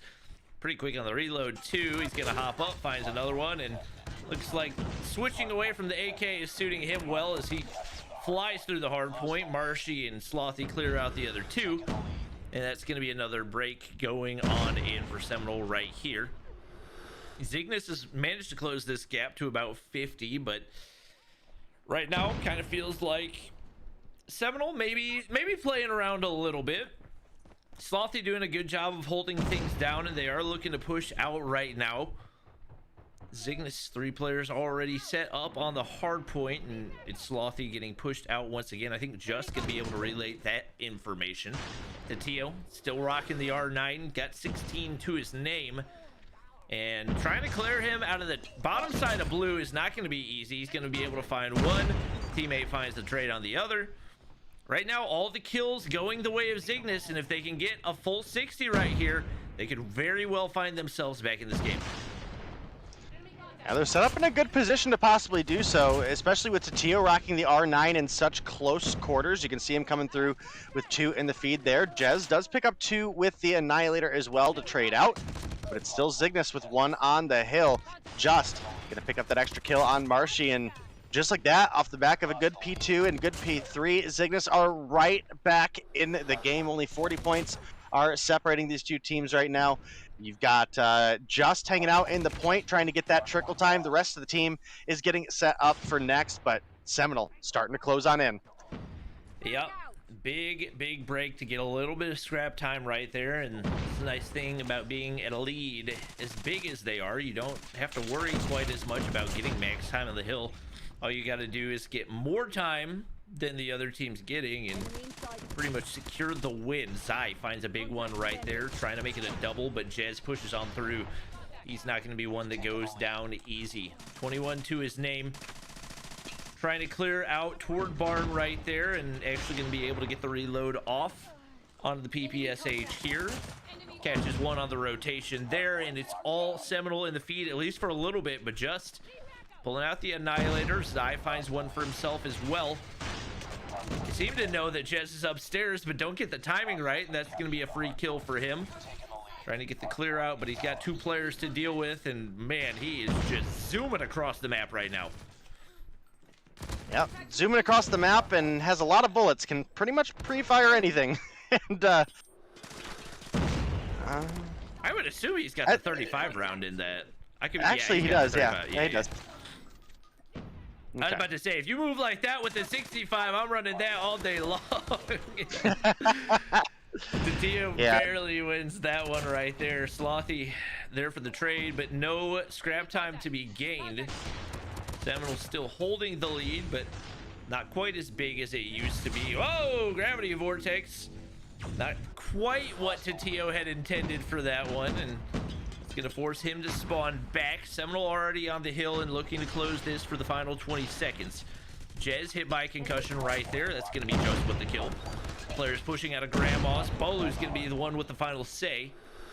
And now continuing to hold things down as left and right players push on in. Tatio going to be looking for the break here with the R9, and he's been one of the X factors that has allowed them to get back into this game. Bolu's going to be greeted by a shotgun to the face. It's not a very happy greeting if you are Zygnus, or if you're Seminole. And now it's the do-it-all man himself, Tatio, trying to make something happen, but can't move too quick after the concussion lands. They're going to be able to prolong things and move on over to P2, but Seminole is already set up and ready to go. Yep, they're definitely in a good position. You can see Zai is pushed up as well, trying to get some of those spawns anchored for his team, but my goodness, Slothy just runs through 3 with the Purifier. The Annihilator's pulled out for Jez, and that is looking right now like Seminole should pretty much have this in the bag, especially with Marshy finding the 3-piece with the Sparrow. That's going to be that. The 250 to 198 win comes through for the side of Seminole. Yep, they they had crazy control from the start. Maybe trolled a little bit in the mid game, but managed to close things out. Vague going for 42 right there, and across the board. This is why they were one of the favorites, if not the favorite, to win this whole thing. You got to give credit to Marshy for playing his role in the OBJ. 2 minutes and 25 seconds, 24 kills to go with it. And Jez, not quite as many kills as we expect to see out of him, but maybe the AK in the early game playing a little bit of role there. Is, I don't know if he was trying to test it out, see if it worked. I wouldn't recommend using the AK-47, especially in this type of environment, but that's just me, and maybe there's a chance that as we see players get used to it, it may have some sort of viability, especially in the longer ranges.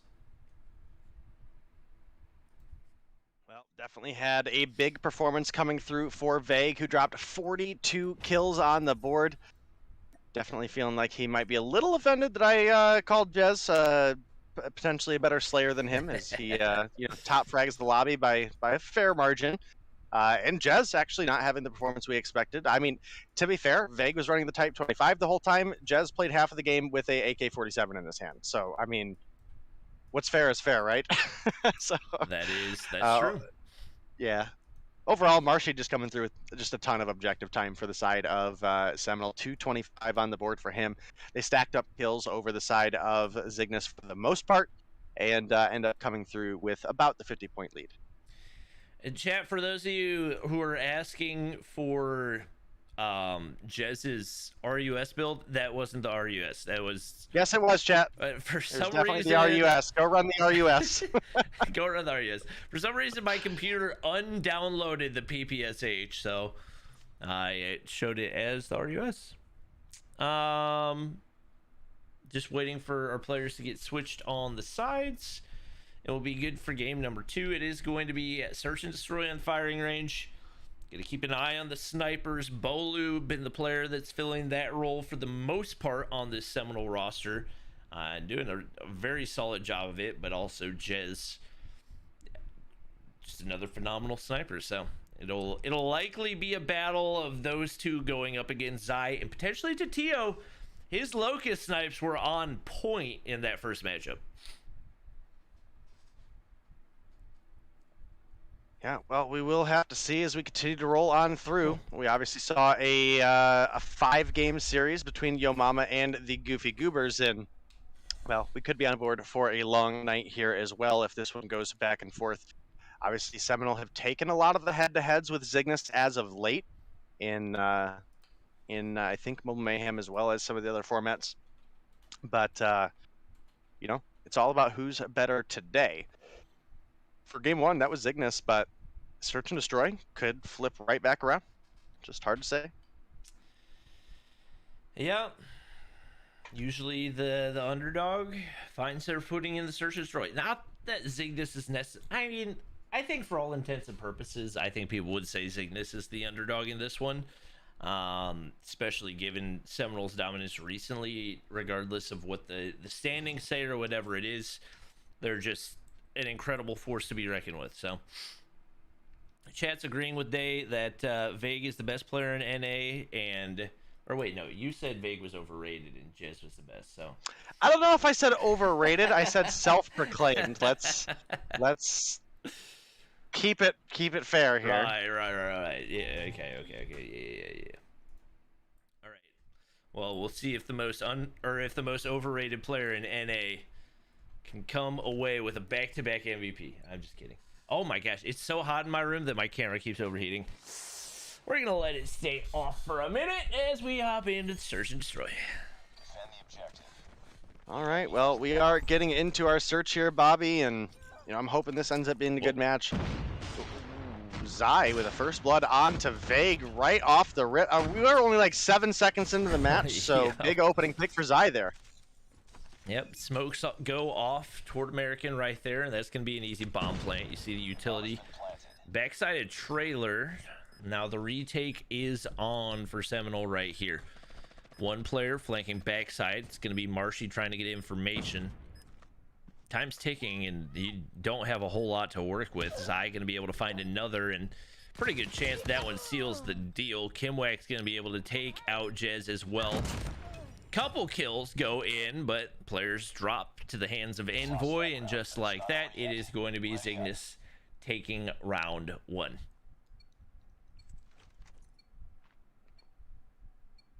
A big round for Zygnus. Started off with a good pick out of Zai. We did see him struggle a little bit behind earlier on, so maybe he's here and ready to go for this one. And I gotta say, out of your matchups, this is definitely the tougher one. This is definitely the one that you need a sniper to step up into that position. Kimwax can open with 1, make it 2. Oh my goodness, absolutely lasered Vague there.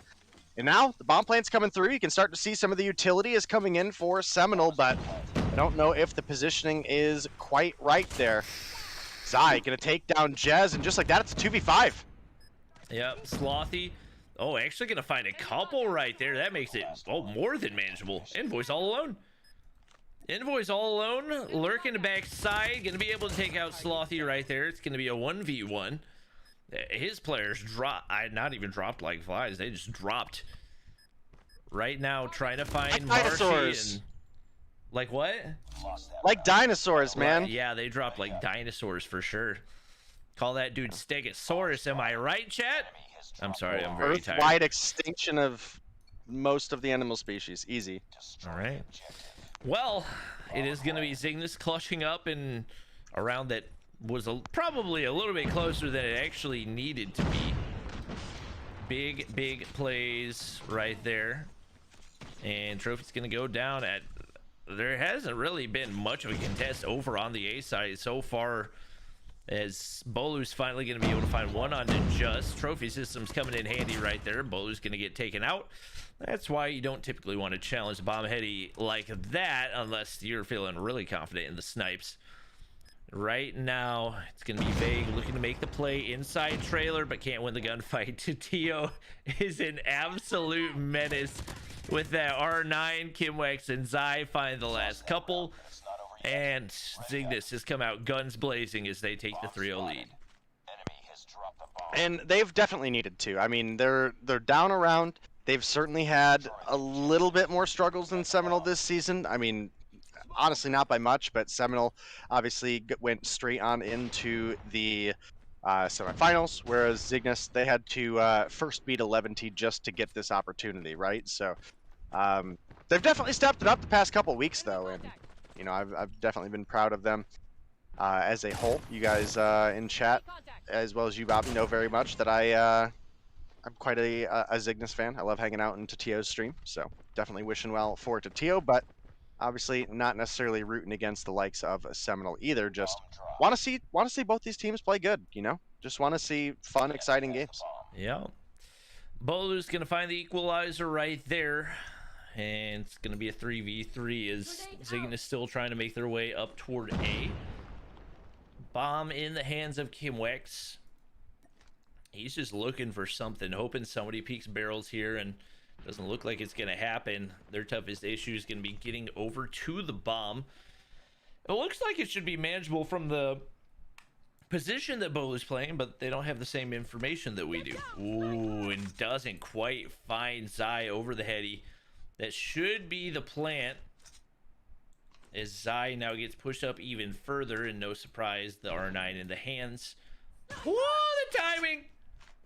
I thought Bolu was going to find the sniper right there, but I think he un-ADS right as somebody peeked out. I think he saw the player slide in to go for the plant, so he's going to be able to find Kimwax right there. And now, opportunity for Bolu to find the 1v2. Zai. Oh, he's going to go for the wrap to American. That could have been huge if he had landed the shot, but he's going to give Bolu the 1v2. Oh man, the first play was so good it caught him off guard. But Bolu's gonna shoot some bodies right here as Seminole finally finds a round. That's gonna move us to 1-3. Nice work. Get ready for the next round.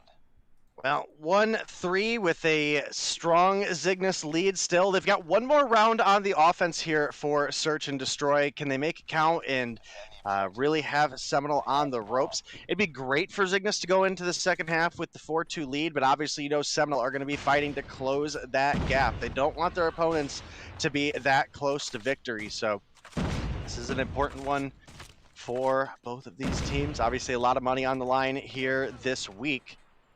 And it's all coming down to this last little bit of play. Slothy doesn't quite find the kill on Tatio. Kimwax, however, is going to take down Vague. Just like that, the bomb's planted, and we have a 5 versus 4 advantage. We obviously saw Seminole almost make the same scenario happen earlier, but Envoy, again, as I mentioned during the draft earlier, been one of the most consistent LATAM players. So as long as he's alive, you got to believe in Zygnus. Yep, Zy trying to find the snipe on the flank, but Marshy's actually going to find 2 right there, and those just looked way too easy. And Zygnus on the other side is tearing things apart. It's now Marshy versus Tatio as Marshy's trying to clutch up. He only has time for a defuse, and Tatio says, yep, that should be a pretty easy kill for me. Let me pull out my R9 real quick.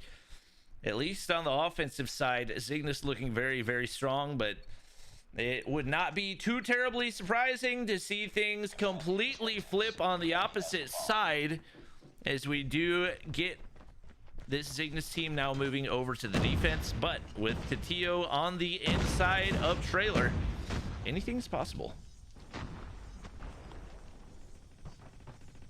Well, we are on to the Seminole offense, and you can see they're a little bit hesitant to push up, and if you look at the minimap, rightfully so, Zygnus are hard on the defense here at the A side. You finally have Kimwax pushing on down to B, like, hey, man, there's not a whole lot going on here. Maybe they're making another rotation, but he ain't going to find anybody home down there.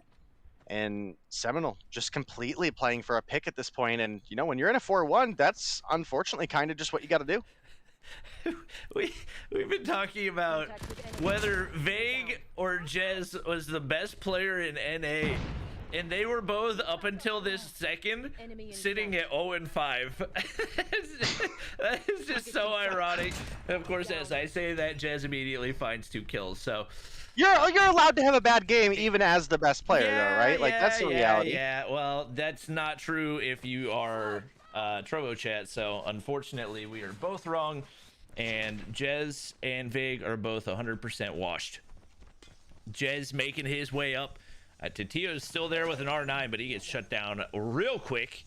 Not before taking out Slothy. The pressure on to Kimwax to clutch up right here. He's got a player running right over top of his head, but he has no idea. If I said 1v2, I meant 1v3. That's going to be a kill onto Vague, and I think he's still looking for his first kill of the game. Nope, he found one. Oh, bad timing there for Kimwax. That literally could not have been any worse on the timing.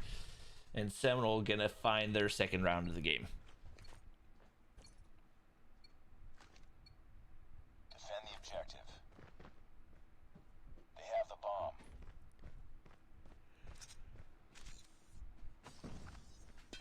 Well, it's gonna be Seminole once again, slow playing things. Marshy gonna find the opener onto Envoy. Slothy regenning right here. Not peeking anything. It is going to be Jez kind of lurking over toward B, and looks like Tatio's wrapping back to A.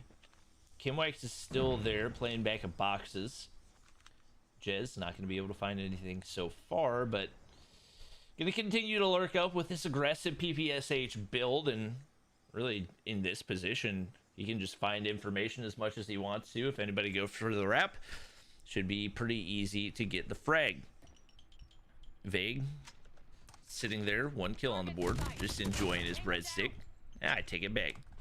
He said, I've got 2 to work with right now, going toe-to-toe with Jez, absolutely slaying out the lobby.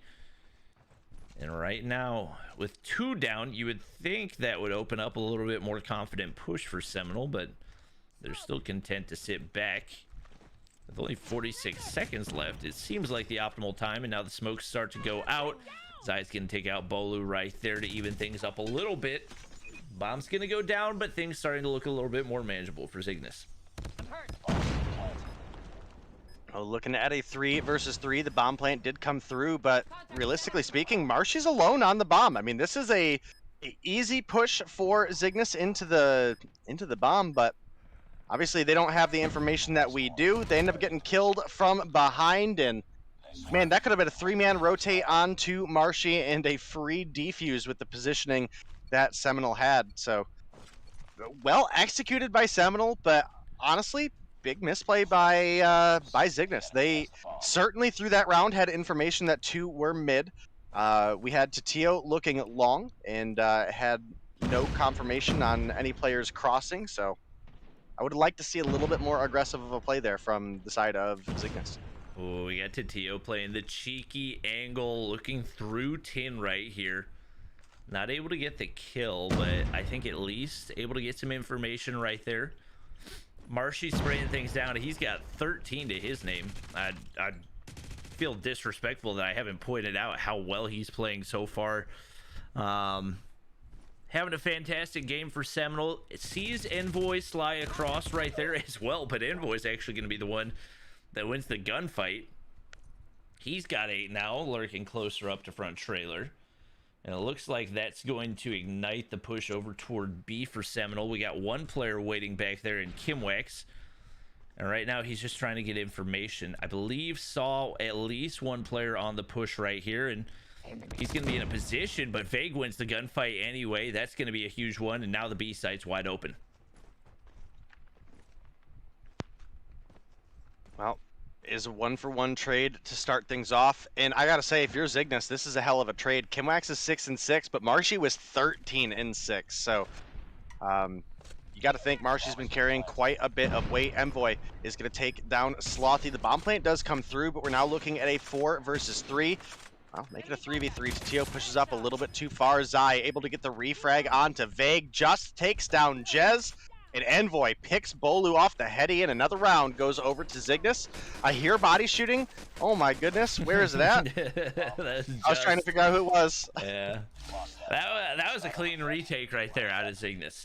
Definitely one of the better ones we've seen today, and starting to look a little more confident on both sides of the bomb here in S&D, as they do now only need 1 round in order to basically secure a game 4.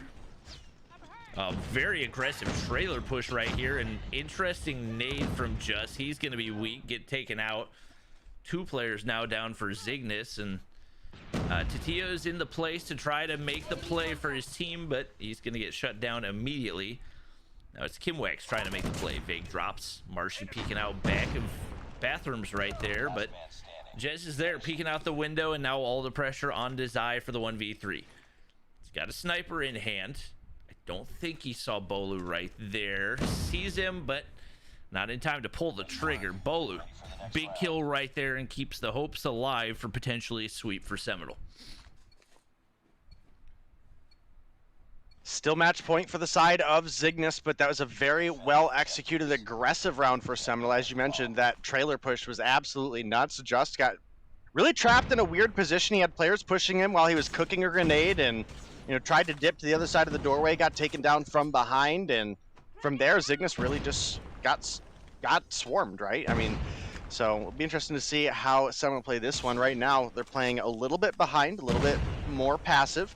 I think that's probably fair to be expected after you played such an aggressive round, expecting the opponents to maybe set up and be a little bit more cautious of that. Ooh. First blood is going to go to Bolu onto Zai, though. Yo, that angle was nasty. Must have only seen maybe a sliver of his head, but rips him right out of trailer right there, trying to check information from that wood paneling. Nobody back there. And it looks like Seminole going to go ahead. It looked like they were going to go ahead and commit to the A push. Smoke's coming out. He definitely saw 1 player behind the bomb. And should at the very least have a foot shot, but none of the shots going to land there. So now it's Seminole back to square one. They've got a player down, and it should make the B push fairly easy right here. Bolu's going to find that onto Envoy as well. Kimwax all alone to defend. He drops just into Tio.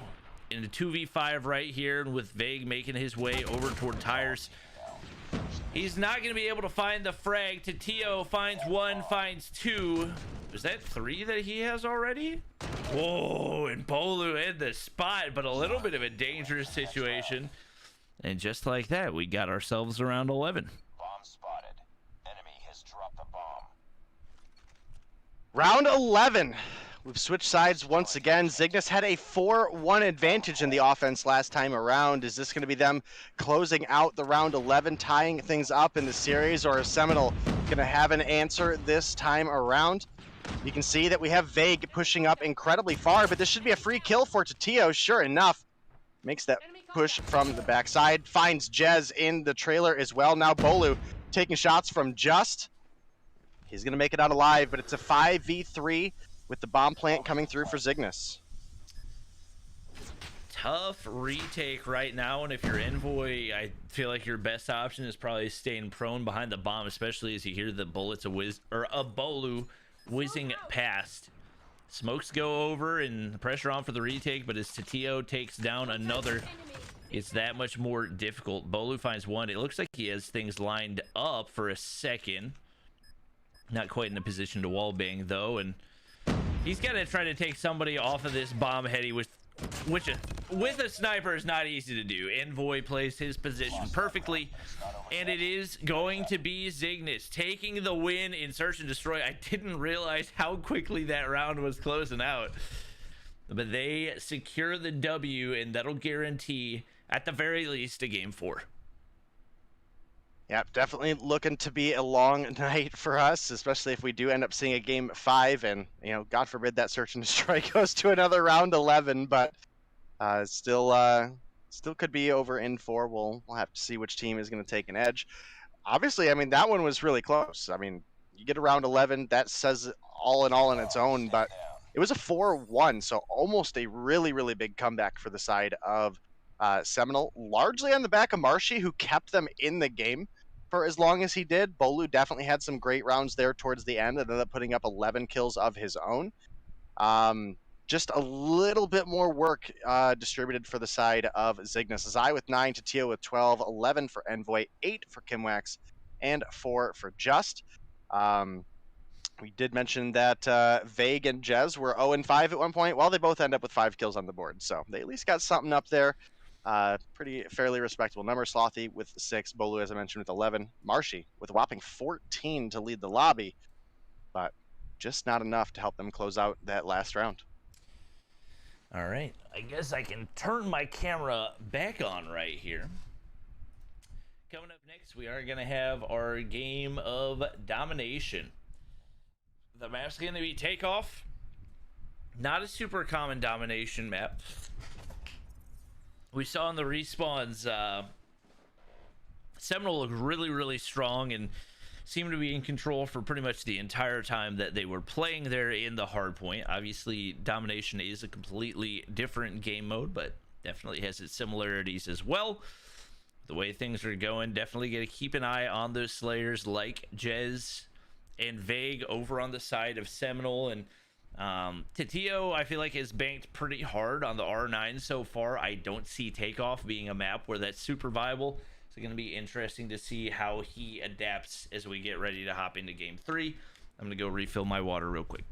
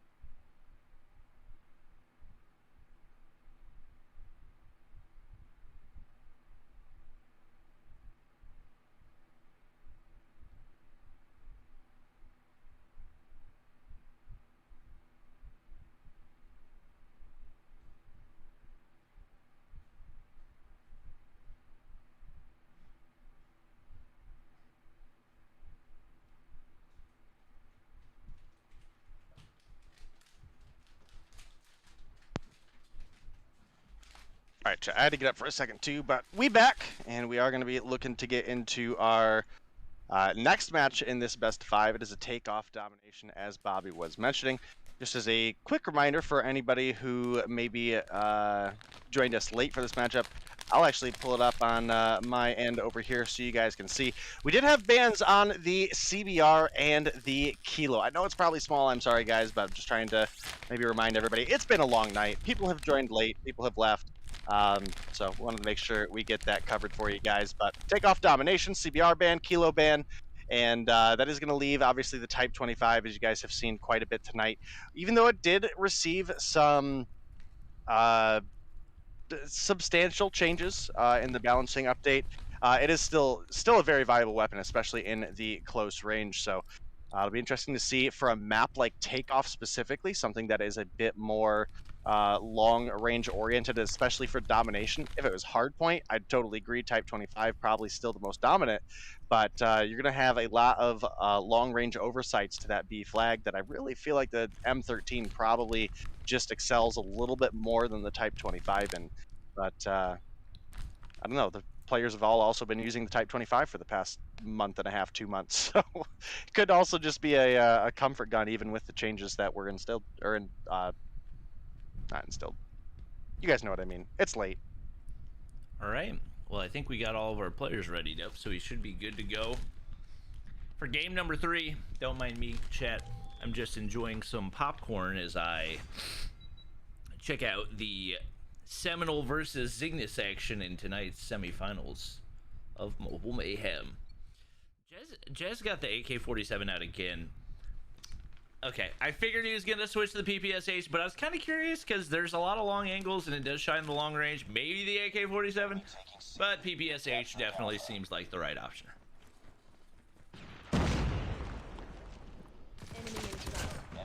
Yeah, he's been really solid with the PPSH this season, so we'll have to see what he's able to bring to the table here. Obviously, not a pushover team they're going up against. They're now all tied up 1-1. Tatio is going to get taken down by Jazz, and you can now see Jazz is pushing up towards the B flag.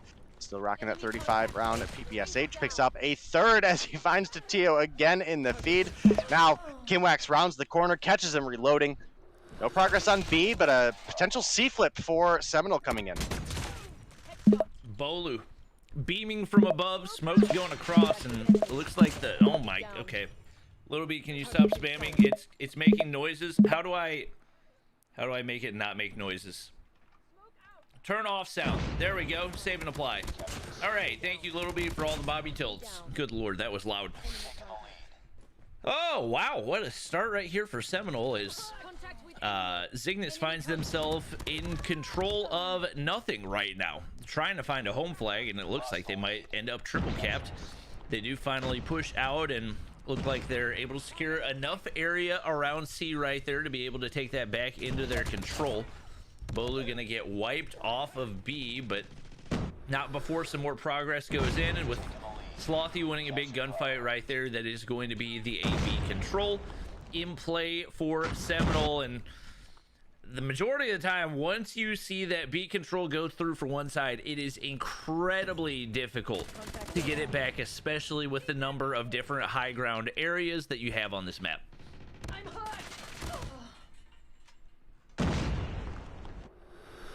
Yeah, we were talking a little bit while you were gone on maybe seeing some M13 for something that's a little bit longer range, but honestly just not seeing it. We do have one for Slothy out, but I think pretty much everybody else is Type 25 in hand.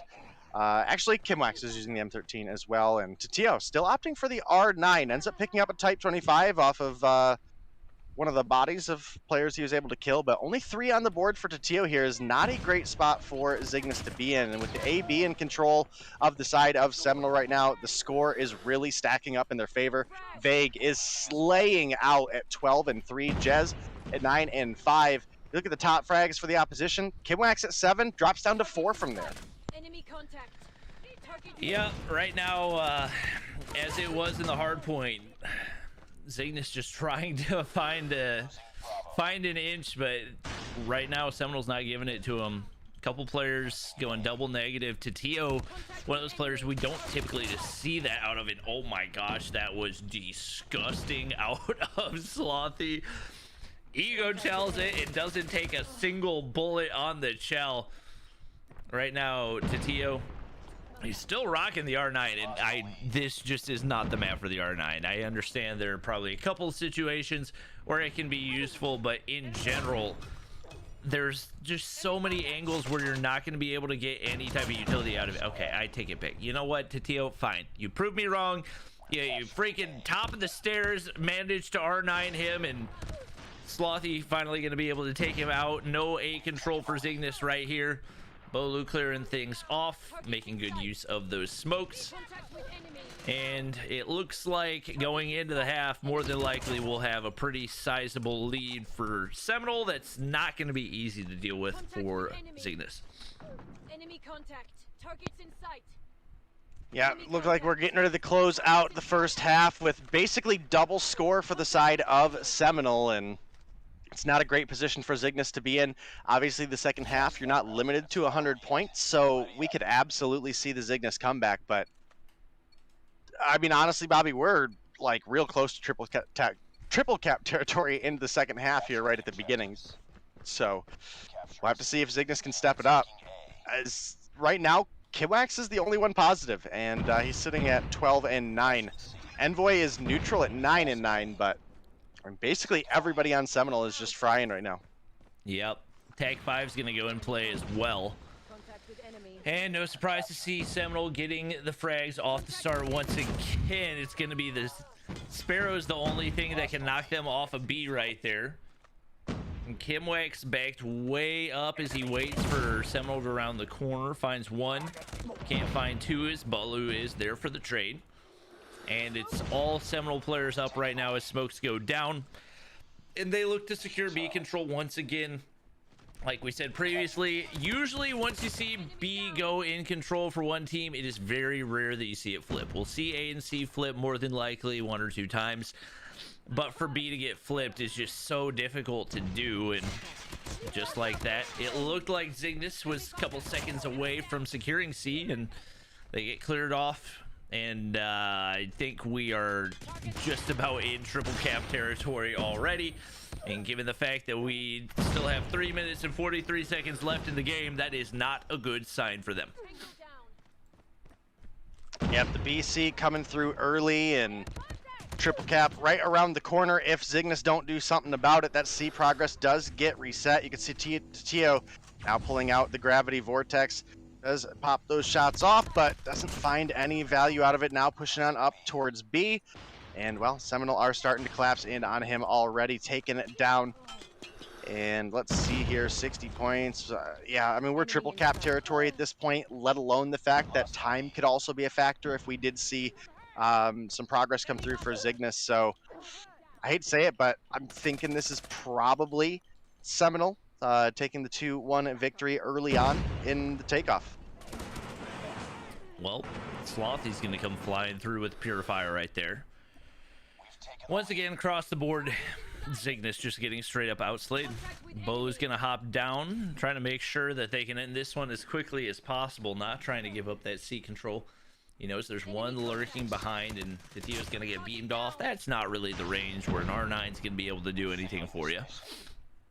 They're going to go ahead and clear off any type of progress, and once again, back to square one as Zygnus is just getting torn apart left and right. Tatio wins one, but it's always another Seminole player there for the trade. Is Tatio still running the... He is still running the R9. Man, he is sticking with it. I mean, I respect the dedication, but I just don't... At 14 and 24, you figured at some point you start looking at different options. In a map that range is really king, you would think. I mean, I was specifically mentioning the M13 being a good option here, and we do see a couple players running that, and a lot of others defaulting to that Type 25. But you know, I just I think it's a pretty bad call. I'm unsure. I think he might have actually just now switched over to the Type 25. Yeah, he's off the R9. He's on a Type 25 now. But I mean, bro, there's 10 points to go. It's a little too late. Like at that point, you might as well just stick it out with R9. At least play the whole game with it. And he pulls out Type 25, immediately beams big. He's using the and he immediately, like, oh my gosh. That's just frustrating when you see somebody switch to something that you knew they should have done like a long time ago and immediately start dominating with it, and it's at a point where it has no bearing on the impact of the game or the outcome of the game. That's the way it goes sometimes. Oh yeah. I mean that's rough. Seminole double up on Zygnus here, and again, I don't really care who wins or loses. I mean, I have players that I like on both sides of the fence here, but you'd definitely like to see a little bit more even of a game, especially after the hard point that we had, as well as the search and destroy going all the way down to the wire for these two teams fighting it out. And overall, I just think Zygnus made some bad choices that game. Yep. Gotta give credit, the map control for Seminole was pretty much untouchable. Jez slayed out 28 and 16. Vague with the captures, having a solid game as well. Slothy 25 and 16. Nobody had a bad game for Seminole, so you really can't take anything away from them. I think even if we do see Titio running the Type 25 for that entire game, more than likely it's probably still a Seminole win, but I don't know. I feel like you can challenge the range a little bit more with the Type 25, and Takeoff's a big map. I mean, Takeoff is a very big map. Sure, there's some ground that you can cover specifically in the buildings that are close range. The building that he was playing, that stadium building on, if you're on A side, the right side of the map, sure, you can capitalize on a couple kills there. You can get the high ground. What are you doing at that point? That is a great position to cover B from. You're not going to do that with the R9. It may help you make the break in there, but without a weapon that can contest B, or even more specifically, the balconies over B to the right and the left of that window, then you're not realistically bringing a ton of value to what your team has to offer. So, and as you mentioned, he pulls it out, immediately beams two people, and was getting some B progress by himself. So, definitely hoping to see maybe some more strategic weapon choices in the future from them. Obviously, we've got at least one more game ahead of us, which is going to be a raid hardpoint. And if we do make it to that last game, we would be looking at a Hackney Yard search and destroy. So I feel like Hackney Yard, if you're going to run the R9 and search and destroy, like Hackney Yard's a pretty decent map to do it, especially if you're playing around, the B building. Sure, rock it, but Takeoff, dude, it's just too big, big, too open. Yeah. Especially when so much of your success is predicated on being able to hold high ground above the B flag. Even if your team gets B, there's nothing you can do to contribute because you're stuck trying to push onto the flag, which you can't do. Just gonna get beamed from left and right. Also, somebody in chat said I was unprofessional for eating popcorn on stream. My profession is streamer. And streamers, and he's very good at it, chat. Streamers eat popcorn on stream, so therefore I am very professional. Thank you very much. Some streamers only eat on stream, so true. Look at Tim the Tam Man. He's made a freaking living out of it, Yeah, he absolutely has. Spectating Warzone solos with a burrito bowl in his face. Exactly. Yeah. We'll see. Can Zygnus bounce back and actually win a respawn? Time to find out as we hop into Raid Hardpoint. Was that YouTube chat or Trovo chat? Because I see Trovo chat asking for some of the popcorn. I did. Well, I saw somebody said unprofessional, and then Sylvia came in and said, crap, now I want popcorn. Gotcha. No ping, no party. We should not be shocked at this point. Nope. Not at all. And listen, I don't necessarily blame Seminole, right? This is an NA event, so I get it. I get it. So it'd be no different if they were playing in LATAM and they wanted to get LATAM ping for Zygnus or 11T, whoever it is that they're playing. I'm on board. All right. Just don't forfeit the grand finals because you didn't get ping. That was not under our control at all. True. All right. I think everybody's out. Yeah, I'm in the lobby. I'm good to go. So we should be good to load back in whenever the players are ready, which is now.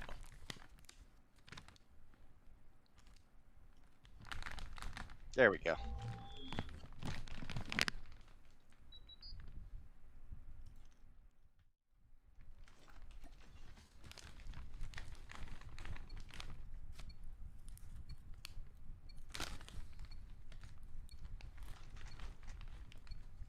All right.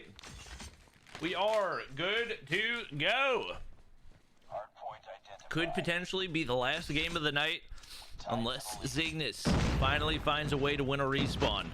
See if they can do it right here, and he is just dead set on not using a full auto weapon. He's actually going to pull out the SKS off the start right here.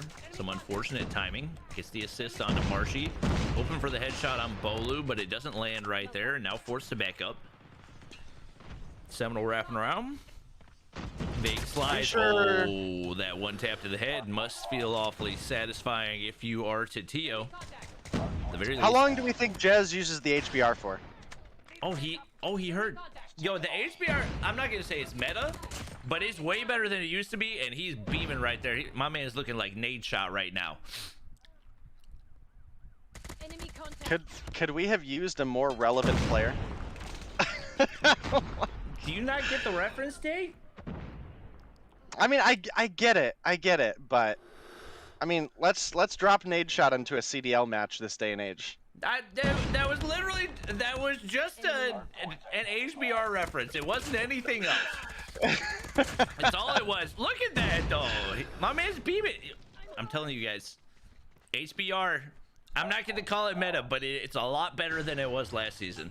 And there may or may not be a video dropping in a couple of hours on youtube.com/BobbyPlays about it. His teammate's holding down the hard point right now, and we're wondering if this was going to be the matchup where Zygnus finds a way to win a respawn based on the way this start has gone. My initial thought is probably not. Yeah, I mean, this is a giant start for the side of Seminole. They found a lot of progress on that P1. They've been locking down the kitchen as well, and largely even without necessarily having spawns for P2, right? And now you can see Zygnus, they're going ahead, making that rotation over towards P3, trying to get to the garage early. And, well, they've got an opportunity here to start to bring some of the score back into their favor, but Seminole obviously just fragging out here today. Enemy contact. And it's an 80-point lead for the side of Seminole off of the first 2 hard points. That's going to be difficult to overcome. And Jez said, I'll get you weak with the Type 25 and then do the rest of the damage with the HBR. 7 and 2 for him off the start. It must be the gun. Can't be the player. Right now, his teammate's slaying out pretty hard as well, and Zygnus just looking for some contest time right here. Just pushing through mid. That's going to be a big one. Still players over on Lambo that he's going to need to help with, but he peeks the side right here. That's a big 2-piece as well. And right now, Zygnus actually in a good position where they might be able to get a hold for a little bit. This is typically one of the money hills, and especially being able to get the positioning that they have, they're in a really good spot right now. And with those 2 kills going through, that should secure the rest of the scrap time. But there's 5 seconds of scrap time. You got to be wonder if it's worth it, especially with the long trek they've got to make across the map. Kimway peeks up, shut down by Bolu immediately. Taking a look at Jed, still rocking the HBR. Looking up to take some map control topside, and right now it's going to be Zygnus spawning right next to where he is, so he's got to back up and pull out the Annihilator, see if he can find a couple more. Well, the 60-point lead in favor of Seminole right now. They've got operators, they've got score streaks. They are locking down this basketball court. Jez might get taken down from behind here. Did have players pushing on up. I think he actually might have saw it just there, so he starts to push. Got the HBR back out, winning the gunfight there. And this is some big time coming through for the side of Seminole, but just like that, it is a break coming through for Zygnus. The TO is pinned down in the workout room there, and, well, that break did not last long whatsoever. A Pred missile now coming in for Jez. holds it in the sky for as long as he can, ends up pulling through 1 kill, but more importantly, gets a lot of information on the spawns of Zygnus for his team. And that's going to allow them to get into position to start setting up for next. Obviously, he was able to tell his team that there were 3 players mid, and you see, starting to push in. Oh, Titio's gravity vortex completely goes to waste right there. Fortunately for him, I think when you die off an operator without using it at all, it doesn't reset all the way. So I think that he's going to be able to use that soon, and they're actually going to be able to get a break. Oh my gosh, completely obliterates the player trying to hop into the hard point. Slothy on the top side, going to be able to find one, and he does get that gravity vortex back. Bolu rounding the corner, trying to get the Renetti hipfire to land. It does. That's 11 on the board for him. And make it 12 as another player gets dropped on the way into the hard point. Slothy 25, Vague 24, Jez 13, but he's just doing me a favor and using the HBR, so it be what it be is to Tio. Now looking for the break. They've got to get a couple consecutive holds if they're going to be able to get back in this game. 130-point lead right now, and even with the head glitch, it doesn't matter. Envoy gets beamed off, and Seminol's looking to push on in once again. Well, looking like this might potentially be the last game of the night here. Zygnus still stuck at the 50-point mark. Meanwhile, we've got Seminole getting ready to cross 200 on this P1. This is one of the easiest P1s to hold, in my opinion, just due to, you have a bunch of head glitches and terrain that you can work around. You have some high ground. You can get laundry control. And laundry control is going to be a big one here. They don't have time to close this out, but they can set themselves up for a really good P2 transition. And you can see Jez and Slothy playing the backside right now, looking for exactly that. It is going to be Slothy falling, but Jez is there. Vague pushing back to help. And this one could boil down to this P2 ending things. Oh, and Jez trying to win that one, but had to get the reload off. Wasn't meant to be, and looking very, very likely that this ends back on P2 is we may have yet another 100-point club for the night. 180 points separating these two, and once again, seeming like one of those matchups where it doesn't matter how well you play it, there's so little margin for error that just doesn't really seem like a winnable situation. Titio's going to be able to find one there. Got his gravity vortex to work with. Concussion going across to the top, and I don't really know what he's saving the gravity vortex for at this point. You would assume it comes out right here.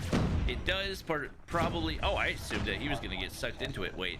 I think his gravity vortex hit a trophy system. I forgot that a trophy system could explode the gravity vortex, because, that makes so much sense. Couple more kills go in, but no surprise. Seminole there with the break, and only 9 seconds remain for them to close it out. Zygnus doing everything they can to stay in the game, and I think right now their main goal, trying to reach 100 points. Yeah, I mean, that may be a main goal, but I honestly just don't know if it's going to happen. 9 points away for the side of Seminole, and you can see they are now starting to try to make that rotation ringside over to the garage. Titio is going to find a big kill at Red Room, taking down Slothy, and this is definitely an opportunity where they can hit triple digits, but just, I don't know how long they're going to be able to hold out. Yep, Slothy gets taken out on the way in. Vig finds one, trying to make the push. It's just right on the backside of the van, and I don't know if Vague spotted him, but he guesses, and he guesses correctly. Titio trying to stop something right here, and look at that. Zygnus does find a way to hit 100 points, but Seminole players flooding on in. Jez trying to see if he can find a couple more. It's just right in the backside, and a little bit of lucky hip fire could potentially be enough to seal the deal right here. Blind shots through the smoke going to land onto Kimwax, onto Just as well. And a convincing win. They drop the search and destroy, but in the respawns, pretty much untouchable, as Seminole is going to be moving on to the finals to face the Goofy Goobers. Well, that was an interesting series. Again, I would have liked to see a little bit more life out of Zygnus, but, at the end of the day, there's going to be a ping difference for these teams, right? I mean, that's just a factor. I'm not saying that is single-handedly why Seminole won by any way, shape, or form. but I mean, an advantage is an advantage, right? I don't even know if that's the case. This could have been Latam Ping for all I know. I'm just throwing out, ideas here, because I mean that was a very, very convincing win for the side of Seminole. And you look back earlier in the series, the first hard point and the search and destroy were absolutely phenomenal back and forth games. So that's yeah, I don't know. It just feels like right now Seminole. It feels like Seminole's the best team in North America right now, if I'm being totally honest. And they definitely played like it tonight. Vague 39 and 28, minute 33. Slothy 33 and 27, minute 5. Everybody had over a minute on the hill, and honestly, more than anything, that just goes to show you how weird hardpoint on raid is if you've got every single player with over a minute on the hill. But yeah, Seminole or Zygnus just got outmatched, and that's just the way that it goes sometimes. We will take a look at the bracket before we close out the night, and for some reason that logo is way too big. Let me adjust that slightly. Thank you. This is the matchup that will have our games featured on Thursday night. Bronze game is going to be Yo Mama versus Zygnus. I believe that'll also be a best of 5, right? Yes. Okay, that'll be a best of 5, and then the grand finals, Goofy Goobers versus Seminole, will be a best of 7, correct? See, now that's a good question. Hello says also yes to that. Okay, cool. Thanks, Hello. So now we know. But that's gonna wrap things up for the night. I'm gonna go ahead and let Day go because I know he has to get up early in the morning, and I also have to get up early in the morning, and it's just been a busy day. But we appreciate you guys watching, and I hope you tune into the action on Thursday night. Should be a good one. Appreciate you, Day, for casting with me, admins for making everything work, and the players for playing. That's gonna be it for the stream. Thank you guys for watching. Hope you enjoyed. Make sure to tune in next time if you did, and we'll see you guys in the next one.